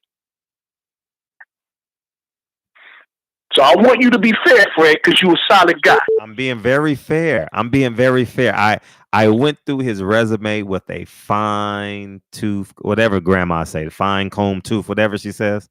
I went through it. Well, because he ain't got no hair, so I got no, but I got a beard though. I got a beard, you know what I mean? But I will say this. But I will say this. I was unimpressed. I was unimpressed. The same way I was. Okay, so let me ask you a question, Fred. Since you're a hell of an interviewer. Yes, thank you. What was your sentiment when you walked away from witnessing Kell Brook's most recent performance? Come on, keep it 1,000 with me. I'm trying to remember who it was. Who was it? It was a bum. Kell won, but it was terrible. I didn't even watch what that does fight. Kell bring to the table other than a recognizable name? What does the He's green clearly machine? over the hill. He's not at his best. Listen, you got to and fight you the know, best and I available. both know when You got to fight the best Terence available. smashing, what you're gonna say is, well, it didn't really count because he was washed up anyway. Okay, so fight Green Machine and watch what everybody say. If he fights Green Machine, I'm gonna murder him. He should not be in the ring with the Green Machine. Should not be in the ring with the Green Machine. And there's and let me part two to that. People gonna say this is mandatory. There's no expiration on the top ranked WBO mandatory. They can go forever. They ain't gonna get stripped. Fred, at the same time, you know that a fighter needs to stay active. You know that. Yeah, so don't fight discount Kell that. Brook. Fight Kell Brook. Fight the best What's available. the interest in that? What's the motivation in that? Why would you that kid about 3 fallers back, you could tell he was young, you get me? Why would you get into an argument with him when you know you're gonna win? No, it's not about listen. I am listening. You got my full attention, Black. When? Listen, man, I don't get up on the phone. I ain't never called in. You struck my attention. I'm with you. I'm in the business. I'm listening. Win the fight. That's all I'm saying. Win the fight. If he wins the fight, then we'll say, oh, he wasn't good enough. Okay, he wasn't, but you beat the best available guy. And that's the summarization of it. You beat the best available Why guy. not match it up with Jacobs? Why not do something that's intriguing, that's exciting, that has Daniel potential, Jacobs? that has a part B to it? Daniel Jacobs? He's too small. You know, do some catchweight business if you want to do something exciting. With Daniel Jacobs? Nah, somebody. Nah, not Kell Brook. Terence Crawford needs to. 2 things needs to happen. 1, fight Kell Brook. 2, tell Bob Arum to release some money and pay the fighter so the fight can happen. It's really simple. The same look. I mean, I hate to change subjects, but Shakur Stevenson, they went through 4 fucking opponents. Why? Because they wasn't paying. They didn't go through 4 opponents because the motherfucker didn't want to fight Shakur Stevenson. Shakur Stevenson don't instill that type of fear in you. You know what I mean? That's true. It's like fighting Floyd Mayweather. Like, I know I'm gonna lose, but that nigga, he ain't gonna beat me up. I'll fight Floyd for 12 rounds. Fuck that. You and I both take that for $4 million each. We'll do it. Yeah, absolutely. So the point I'm making is this. They have to release money. They got Sean Porter's gonna lose to Earl Spence, right? Assumingly, right? Vegas says he's gonna lose. Why don't Yeah, I would not unless, yeah, I agree. So February. Porter's dirty. He's a greasy fighter. He come head first. I don't like that. Yeah. He should fight Sean Porter. Because no one's gonna fight Sean Porter. Once Sean Porter loses his belt, he has no value in the sport of boxing. No value. Agree. And I think that's the example that Kell Brooks is experiencing right now. that once Kell Brook lost his belt, it was over for him. The same way that once that belt that Sean Porter has changes hands, he's automatically like a brand new car that just left the lot. You're now worth less than half than what we paid for. So with that being the business, Crawford, like everybody else, remember the guy that you're talking about, you can't pad 35-0 with 26 knockouts. You gotta respect that. It's not a matter of not respecting it. It's that is he great or not? Is he? Oh, he's definitely. You don't get the 35-0 with 26 KOs without being in consideration for being one of the modern day greats. Man, there's a nigga in Asia 51-0 that just broke Floyd Mayweather's record. Say that again. There's a nigga in Asia 51-0, 52-0 that just broke Floyd Mayweather's record. I don't know who he is. There's a motherfucker that was at 118 named Chocolatito. All he did was catch. Oh yeah. So, I was reading about him. So that's what I'm saying. So it's I mean records is not a true indicator, and it isn't. It's a barometer. I'm fair to the conversation. You're right. It isn't. It's a barometer. All I'm saying is this: can he fight the best available? Right? Okay. We in a strip club. Okay. We in a hood strip club. Okay. Get the best available. Get the best available and go to the VIP room. Oh, okay. So what you're saying is we should go over there off of Rosecrans and go to Stars instead of staying on Crenshaw and going up to King Henry. Go up to King Henry. You're absolutely right. You're absolutely but if you're a smart man, you drive up Crenshaw and go to both of them, right? And then you make a left on Rosecrans and get a Stars, right? Oh, I thought you were going to say take Figueroa south till you get to Club Rio. But I hear what you're saying. You can do all that too. You got $60 in your pocket. Something gonna pop. All right, that's all you need. Well, I think that if there's no, it's not a win-win. Stars is closed, by the way. Now, anyways, go ahead. Shut down. Go ahead. Here's what I think, brother. I don't know if you related to Kell, but clearly he's getting ready to have one of these conditions where he fights beyond his prime, and he's going to be hurt.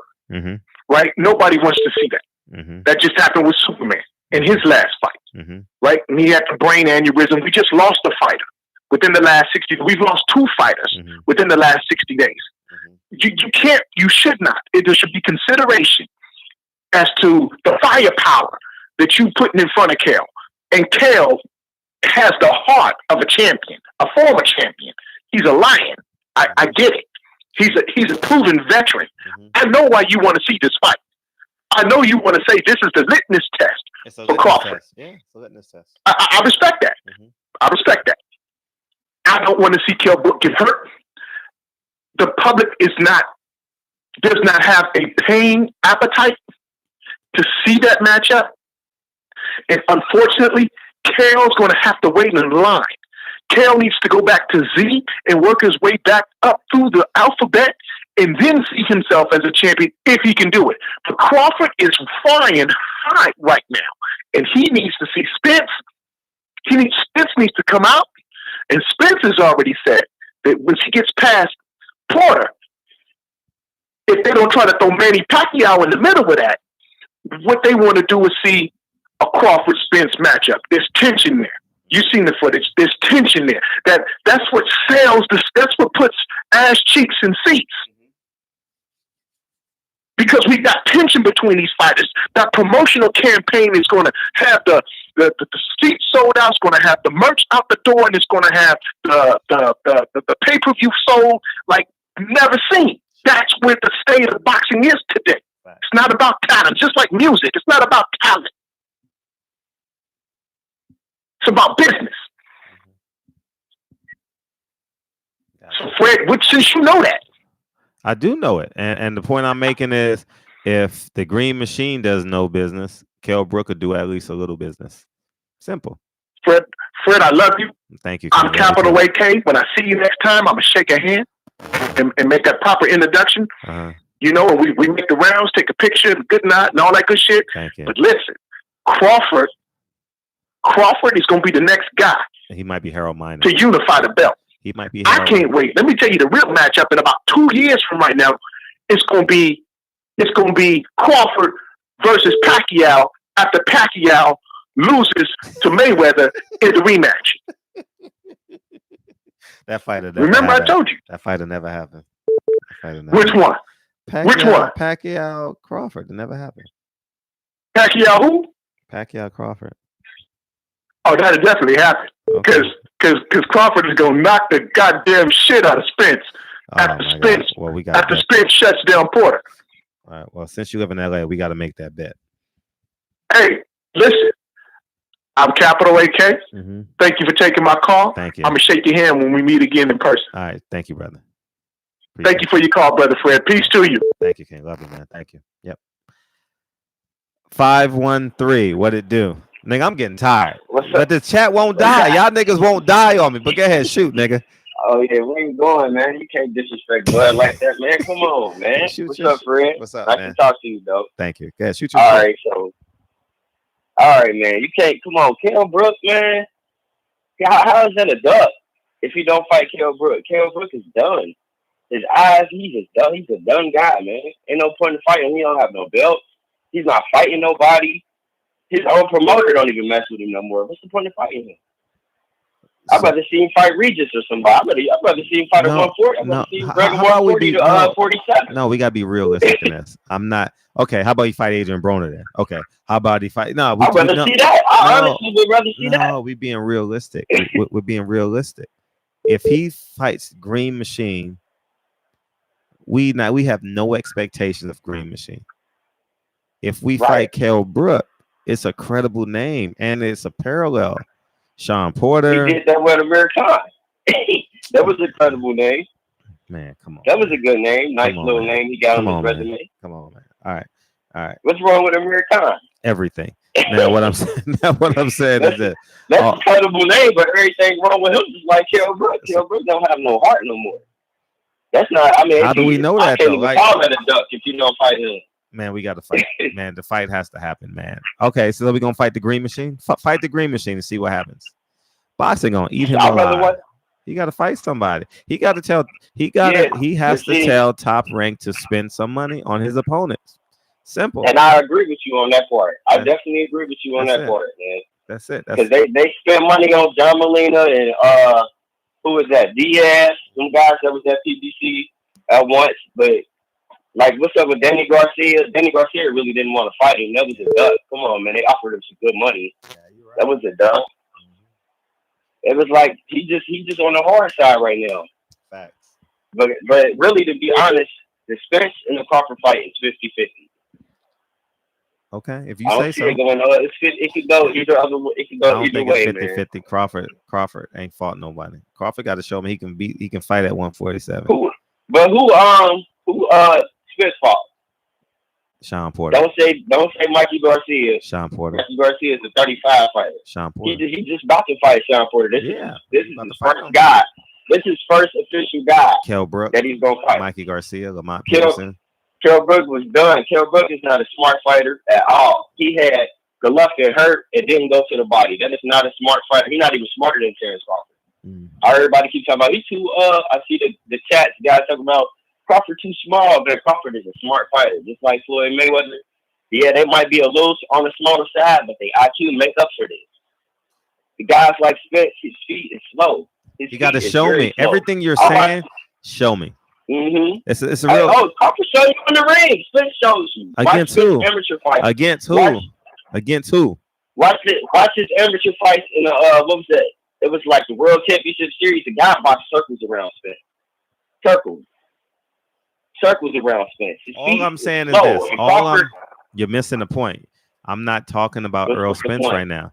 I'm talking about Terence Crawford's opponents. Terence Crawford's opponent. The most credible person he could fight is Kell Brook. Fight him. I don't think that's it. There's a big difference between a girl that weighs 200 pounds and 175 pounds. They still look big, but it's a difference. All right, it's 25. You know what will happen if you fight him? What will happen? He's just gonna prove how smart his IQ is. He's show me. He's way smart. Kell Brook sat there and chose to bang with Earl Spence the whole fight. And he had the first half of the fight he was up. Why would you keep banging with this man? Watch this man. You know why? Because he's not smart. He did the same thing with Triple G. He's not smart. Bud is one of the smartest fighters in the game, man. Him and Spence is 50-50. Okay. It ain't even the point. I'm not telling you what I'm not telling you what Terence Crawford isn't right now. I'm telling you what I actually see, what's actually a fact. That's all. I'm not telling you what I'm not leaving nothing up to opinion right now. The best available opponent to fight is Kell Brook. If he fights Green Machine, it's gonna be one of the worst things ever. It's gonna be terrible. He had a draw with Ray Robinson. God, that was a fucking horrible ass fight. I'm sitting there watching this fight like, damn. You know what I mean? So, you know what I mean? Yeah, I mean, he on the bad end. We can get the fight soon when it happens. Hopefully, really, it seems like I really want Crawford to look bad in one of his fights. Maybe them guys can come out the closet, man. No, all you gotta do is no. Maybe Open he up need the to get bag. dropped or something. Open up the bag, and they'll come out. Maybe they'll come fighting. They calling me number 1, number 2 pound for pound. Letting me get dropped. Watching guys come running out the closet. But it never happened. Man, I just wanted to let you know, man. I just wanted to put something in your ear. I know I can't change your mind, though. No. I'm happy to speak on your platform. Thank you, King. It's really, to be honest, it's really not nobody for him to fight. Unless he grabs somebody from 140 or somebody from 54 or breaking down to 47. Bring down I mean, it's really not nobody for him to fight. Yeah, fight Jesse Vargas. Tell him to fight Jesse Vargas. Yeah, that'd be a good fight. He'll watch him. It's not a good fight. It's just a fight. Yeah. Just a credible name, like you said. I appreciate it. I'd rather see Vargas than Brook, though, to be honest. I'm going to say that. The best available opponent for Crawford is Kell Brook. And simple. Everyone else except everyone else. I appreciate you calling in, though. Thanks for calling in. Yeah. All the time. All right, man. Yeah. Thank you. All right, niggas. I'm going to bed, y'all. Fuck y'all. Fuck y'all niggas had me up 3 hours and fucking 7 minutes, nigga. I'm going to bed. I got get ups. Man, my daughter. Oh shit. This the last call. Last call. 213. What's up? I only picked up because you in LA, nigga. What up, nigga? What's up, King? How you feel? I am chilling, man. It's your boy C's real quick, bro. Homie, I gotta ask you, man. Yeah. I gotta ask you, what's really behind the hate for the homie Bud, bro? Let me go. Let me know. Bro. I don't have hate for Bud. Like for real. I don't have hate for How Bud. can you say that? Go ahead. How can you talk? All right. Well, look, check this out, man. All right. You said that you want Bud to fight the best available opponent. I want you to tell me who's the best available opponent for Bud to fight. Kell Brook. Kell Brook. And why though? Because like I've been calling, so I haven't been able to listen. Like I'm late to the party. But why is Kell Brook the best opponent? Like why is he the best opponent? Man, what about Manny Pacquiao? What about the top welterweights who just fought? All right. What about a guy like Keith Thurman? You know, what about a guy like I would rather see him fight with the Nets than to fight this guy. Bob Aaron won't pay for it. Bob Aaron won't pay for it. Right. Why are you protecting Errol Spence from fighting Bud Crawford? Why are you pushing this narrative, bro? All I'm doing is spitting facts out. That's all I'm doing is spitting facts out. Terence Crawford's resume is C+, B-. It's not. Okay. It's no one on his. Yes, go ahead. No one on his resume is going to the Hall of Fame. Go ahead. Okay, man. So what official welterweight that Errol Spence has fought that's going to be a Hall of Fame?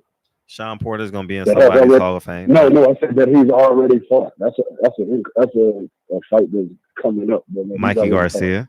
He's going in the Hall of Fame. No, I said a welterweight. Yeah, Mike Garcia is he fought him at welterweight. He's a welterweight. He's a 4-division world champion, undefeated. Why are you laughing? He's going to be. You asked, why are you telling me to come on? He's going to be a Hall of Famer. He's going into the Nevada Hall of Fame, Las Vegas Hall of Fame. He's going into Minnesota. What's your question? I said a welterweight. You think Mikey Garcia is the welterweight? Okay, where did he fight him at? Where did he fight him at? If he changed weights, he changed weights. Okay. All right, but if you put a cat in the oven, they don't make it a biscuit. It's still a cat. You coming up with these radical metaphors. Now, what I'm saying is this. Let's just stay on topic. Just stay on topic, and there lies the answer. Okay, who has Terence Crawford fought that's a credible opponent that would give Errol Spence problems? That will give Errol Spence problems? Who's fought? Okay, well, he just got the 147 about a year ago, right? I said anyone, and we're gonna. Anyone? Yeah. Well, hold on. Okay, well, see, that's the whole point. He just arrived at welterweight, so the guys that he's fought are the guys that's been available for him to fight. So the answer is no. So the answer is either yes. There either is a name or it's no. I don't think Jeff Horn would be I don't think Jeff Horn is a tough fighter, right? He gave Manny Pacquiao a very tough fight. He beat Manny Pacquiao. Okay. Right? Okay. So you say no. We'll go there. We'll go with Jeff Horn. Okay. Now, who's no, it's fine. No, it's fine. It's fine. No, we just got to go. We're gonna go with the answer. You said Jeff Horn, right? Is Sean Porter a better version of Jeff Horn? No, I don't think they're similar at all. I mean, I think they're both tough fighters and they're aggressive. Okay, is Sean Porter a better fighter? Is Sean Porter a better fighter than Jeff Horn? Yeah. I think he is. Okay, yeah. well, then I we're think done. Sean Porter is terribly underrated, and I think that most people have been hating on Sean Porter for a long time. But we're done. No, we're not because he hasn't fought Sean Porter yet. So we don't know the outcome yet. I don't. I'm talking about opponents. I'm talking about opponents. No, you got to deal with facts. Can we just deal with facts? Okay, well, here's the fact right here, right? The fact, I want you to answer this one question for me because this is your call, and I don't want to take a. No, it's fine. What's the biggest fight at welterweight right now? Spence Porter. I mean, what's the biggest fight that everyone wants to see? Spence Crawford. What's the fight that everyone wants to see? Spence Crawford. Spence Crawford, right? Okay. Now, as boxing fans, regardless if you think that Errol Spence would win or I think that Brook Crawford will win, don't we both have the same end goal, the same end game? We want to see the fight happen, right? In the meantime, in between time, right? Oh, come on. Come on, you got to get to the fight. You got to get to the fight. In order to get to the fight, what do you got to do? Do your job, right? Right? That's it.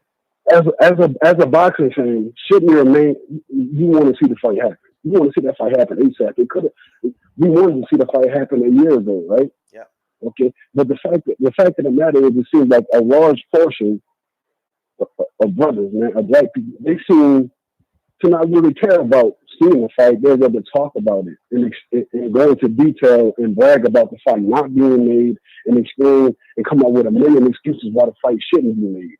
Like saying silly shit like, Errol Spence doesn't need Brook Crawford needs Errol Spence. Like, who the fuck thinks like that? Your boxing fans say some shit like that. Like, I don't give a fuck about the business side because the business side doesn't concern me and it's not advantageous for me to even give a fuck about it. I don't care if the fight's on PBC, if it's on QVC, if it's on PBC. I don't give a fuck where it's at. I want to see the fight happen. And as a boxing fan, you should. If you really have a love, if you really have a love for pugilism, you really have a love for boxing, you should want to see the fight. Not try to sit here and try to bicker back and forth. Because while we doing that, these motherfuckers fight everybody. You're changing the topic. You're changing the topic. These motherfuckers fight. Is Terence Crawford ducking Kell Brook? That's the topic. Why? What is he going to gain from beating Kell Brook? A guy who's got a guy who's what is he going to get out of fighting the green machine? Hold on. That's his mandatory. Right? Why did Errol Spence fight Ocampo? Because that was his mandatory. You're going to sit here and tell me that you're okay with him fighting Ocampo because he's mandatory? He'll never get stripped. He'll never get stripped as a WBO champion. That's the thing. You created narratives and you're making excuses. The guy's a mandatory. All right. Okay. All right. That's not an excuse. He's a mandatory, but he won't get stripped if he ducks. All right. If he doesn't see, okay, but hold on. This is my last question before I go. Okay. Kell Brook. Why do you want him to fight Kell Brook? Right? Really, that's just another roadblock you're putting up to prevent the fight from Brook Crawford and Spence happening. But look, Kell Brook has fought at 154 for the past 3 years. He said he'll go to 47 for it. He said he'll go to 47. Hold up. Right. Of course he went for that paycheck. I'll slap my grandmother for $5 million. What I'm saying is this. Kell Brook has fought at 152 for the past 3 years. So you want Bud to fight a dude who hasn't fought at 147 in well over 1,200 days? In 1,200 days, nigga? I'm not making excuses for Kell Brook. I want to see the best available opponent. That's all I'm saying. How's Kell Brook the best available opponent? It's not like he looks spectacular recently, and he doesn't even fight at 147. He's coming down there for a paycheck. Find somebody. If y'all didn't give Amir Khan, if y'all didn't give Bud respect for beating Amir Khan and fighting Amir Khan, a guy who also came down, who also fought for that paycheck, all right? Why are you going to give Kell Brook? Why you want to see Kell Brook do the same thing? And not just that, dude. Amir Khan is a bigger name than Kell Brook. You think that there's going to be a bigger fight if he fights Kell Brook instead of Khan? Khan definitely generates more than Brook, right? Is he more popular than Brook? And we still didn't get the outcome that we wanted. The fight still wasn't a big fight that we wanted. And it makes no sense to pussyfoot around, big homie. The fact of the matter is the fight that everyone wants to see and been wanting to see for well over a year now is Bud Crawford versus Owen Spence. Yep. Now, if you're really a boxing fan, and all these niggas and all your disciples that follow you, if they're really boxing fans, they should be advocating for this fight. We need to be applying pressure to the powers that be to make this fight happen. You're making sense. No, that's the right motive. That's the right motive. I don't want to see. But you know what? You know what? I want Bob Arum on bending knees. I want Bob Arum on bending knees because he. I want him begging. I want him begging. I want him begging, baby, please. I want that nigga to be on his Key Sweat. I'm just being 100. Bob Arum. You ain't to beg like Key Sweat, but I'm not concerned with Bob Arum. I don't care about Bob Arum or. I don't either. From that perspective. Right, because you're a boxing fan just like I am, right? You love this shit so much that you go out there and spend your own money to go interview these niggas, right? Yeah, right. So you know you have a love for boxing. Absolutely. And that's the biggest fight in boxing, and it's been that for well over a year now. That's what we want to see.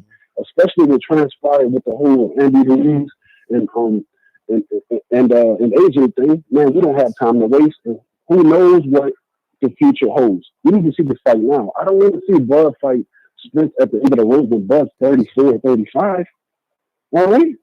Okay, and answer your question. I'm not conceding that, big homie. I'm not, because you the big homie, but I'm still not giving you the fucking alibi. I'm not conceding that. Mikey Garcia is not a welterweight. He went up for the check. Just like Kell Brook is willing to go down to went back to 147 for the check. I can't concede this. You know Mikey Garcia ain't no damn welterweight, bro. That was for the money. That was for the bread. That was for the fatty. That was for the cheese. It was not for boxing, bro. That was for the money. That was for the money. And we can't let this nigga after the Sean Porter fight. I don't want to hear no excuses, bro. I don't want to hear no excuses. The fight should have already happened. All right, that's all I'm saying. Think about it. And Bud Crawford is the only champion at 147 with an active KO streak. Out of all the other 4 champions, he ain't fought nobody. Damn, he ain't fought nobody. That nigga fighting grandmas and grandpas. Nigga fighting uncles and aunties and cousins. Okay. That's what we fight. Okay. So tell me, come on, Fred. So how do you feel about the fight, the Manny Pacquiao versus Thurman? You give Manny Pacquiao a lot of props for being Thurman, right? I had pre-fight. I had Thurman winning, but Manny Pacquiao was the better fighter than that. No, I had Thurman winning the fight. I had Thurman winning that fight. That's just my humble opinion. I feel like he won the second half of the fight. You could make an argument that he won like 5-6 rounds in a row. Right. You see, if the fight's close, you know you're going to go with the popular guy, right? It's just the narrative that the guy. What part of LA you in, by the way? What part of LA you in? I'm from Gardena. I'm born in Gardena. No, beautiful. I went to Washington for a year. Right off of South Vermont, big homie. Right off of, hey, but check this out, man. Look. Why are you like downplaying the information? I just gave you the facts. You said you're all about facts. Bud Crawford is the only champion at 147 currently with an active KO streak. He stopped everyone at 147, and they were all bigger than him. All right. Now overall for his whole career, he's got a 75% KO percentage. Okay. You know what that means? Earl Spence ain't lost. That means hold up. That means 3 out of 4 times you get in the ring, he's gonna knock a motherfucker out. And the crazy part is, this is a guy who's on his 3rd division. All right, I think we should be uplifting this brother instead of trying to tear him down. I'm not tearing him down. It's hard to call this guy. It's hard to call him. Why are we talking about guy. we're not tearing them down. We're talking boxing. You're not tearing a guy down when you're talking boxing. I think his resume is questionable. I've never questioned him as a man, father, husband. Shit. I don't. Are you serious? I don't even allow those. You never hinted that he might be a coon. You never hinted he might be a coon for being a boxer. I never called him. I never even think of him as a coon. I wouldn't even think that as it relates to Terence Crawford. Okay. The nigga just. I feel you, brother. I feel you, brother. What'd you say? Yeah, I'm still here. Oh yeah. But, I mean, come on, man. Look. Oh, I hung up. You hung up? Oh, damn. The last caller hung up. Damn. All right. I'm going to bed, y'all. Nigga, I appreciate y'all tuning in. It's 2:04 in the morning. We did 3 hours and 21 minutes, man. I genuinely appreciate y'all, man. Thank you for coming in, man. This shit was fun as hell, man. This shit is fun. I thoroughly enjoy y'all calling in. And this is one of the better investments I've made this year. It's getting this fucking set up so we can do this shit and we can literally engage with one another. We're gonna start doing this shit on the check on Harrison. He's okay? What happened with Harrison? I'm not picking up the calls no more. Fuck that. Nah, nigga. Anyways, man. I appreciate y'all. 336. Call in tomorrow. I'll remember the area code. When I see you call in tomorrow, I will go straight to you. What was wrong with Harrison? And you heard some news on Harrison? I liked Harrison. 336 is determined, nigga. But see if he's recovered. Okay, good.